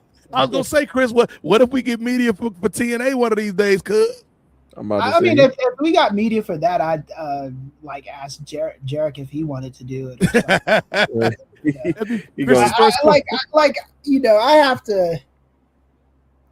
Yeah, even WWE at this point, I don't know if I'd enjoy myself out of WWE. Right. You know? Yeah. Because part of the journalism job is, you know, you want to be at least interested in the event, you know, and TNA just right now doesn't interest me. So not saying it couldn't change, but right now it just doesn't. Kris is saying he would rather interview the Booty Warrior again than do a TNA press conference.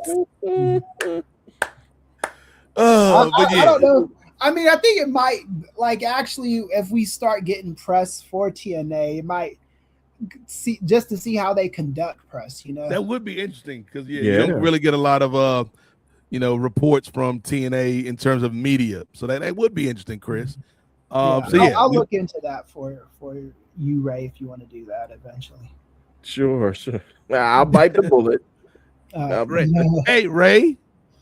If you do TNA media, you might get to ask Elena Black some questions, Ray. Don't say it. See, Ray is like, I'm all in now, dog.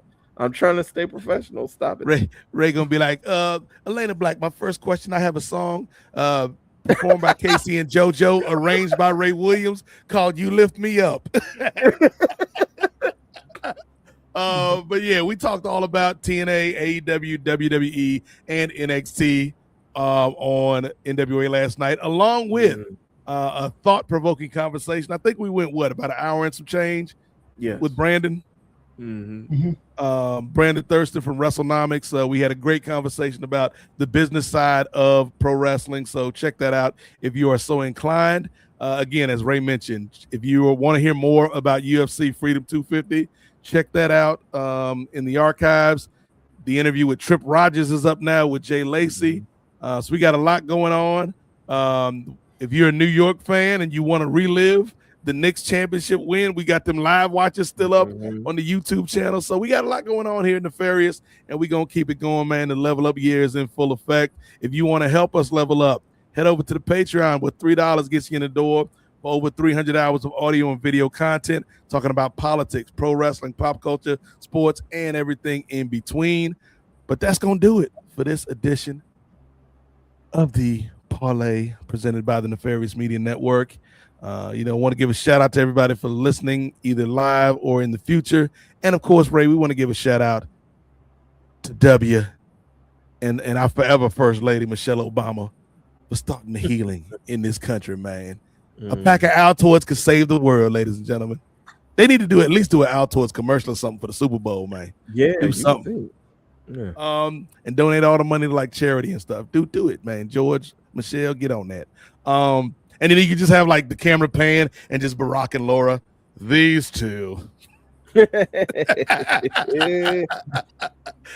that's gonna do it, man. For the professor, Kris Ely, for the super producer, two-way Ray Williams. I am the Godfather, Nate Milton. You've been listening to the Parlay on the Nefarious Media Network, and we will catch you guys next week. Hit the button, Ray.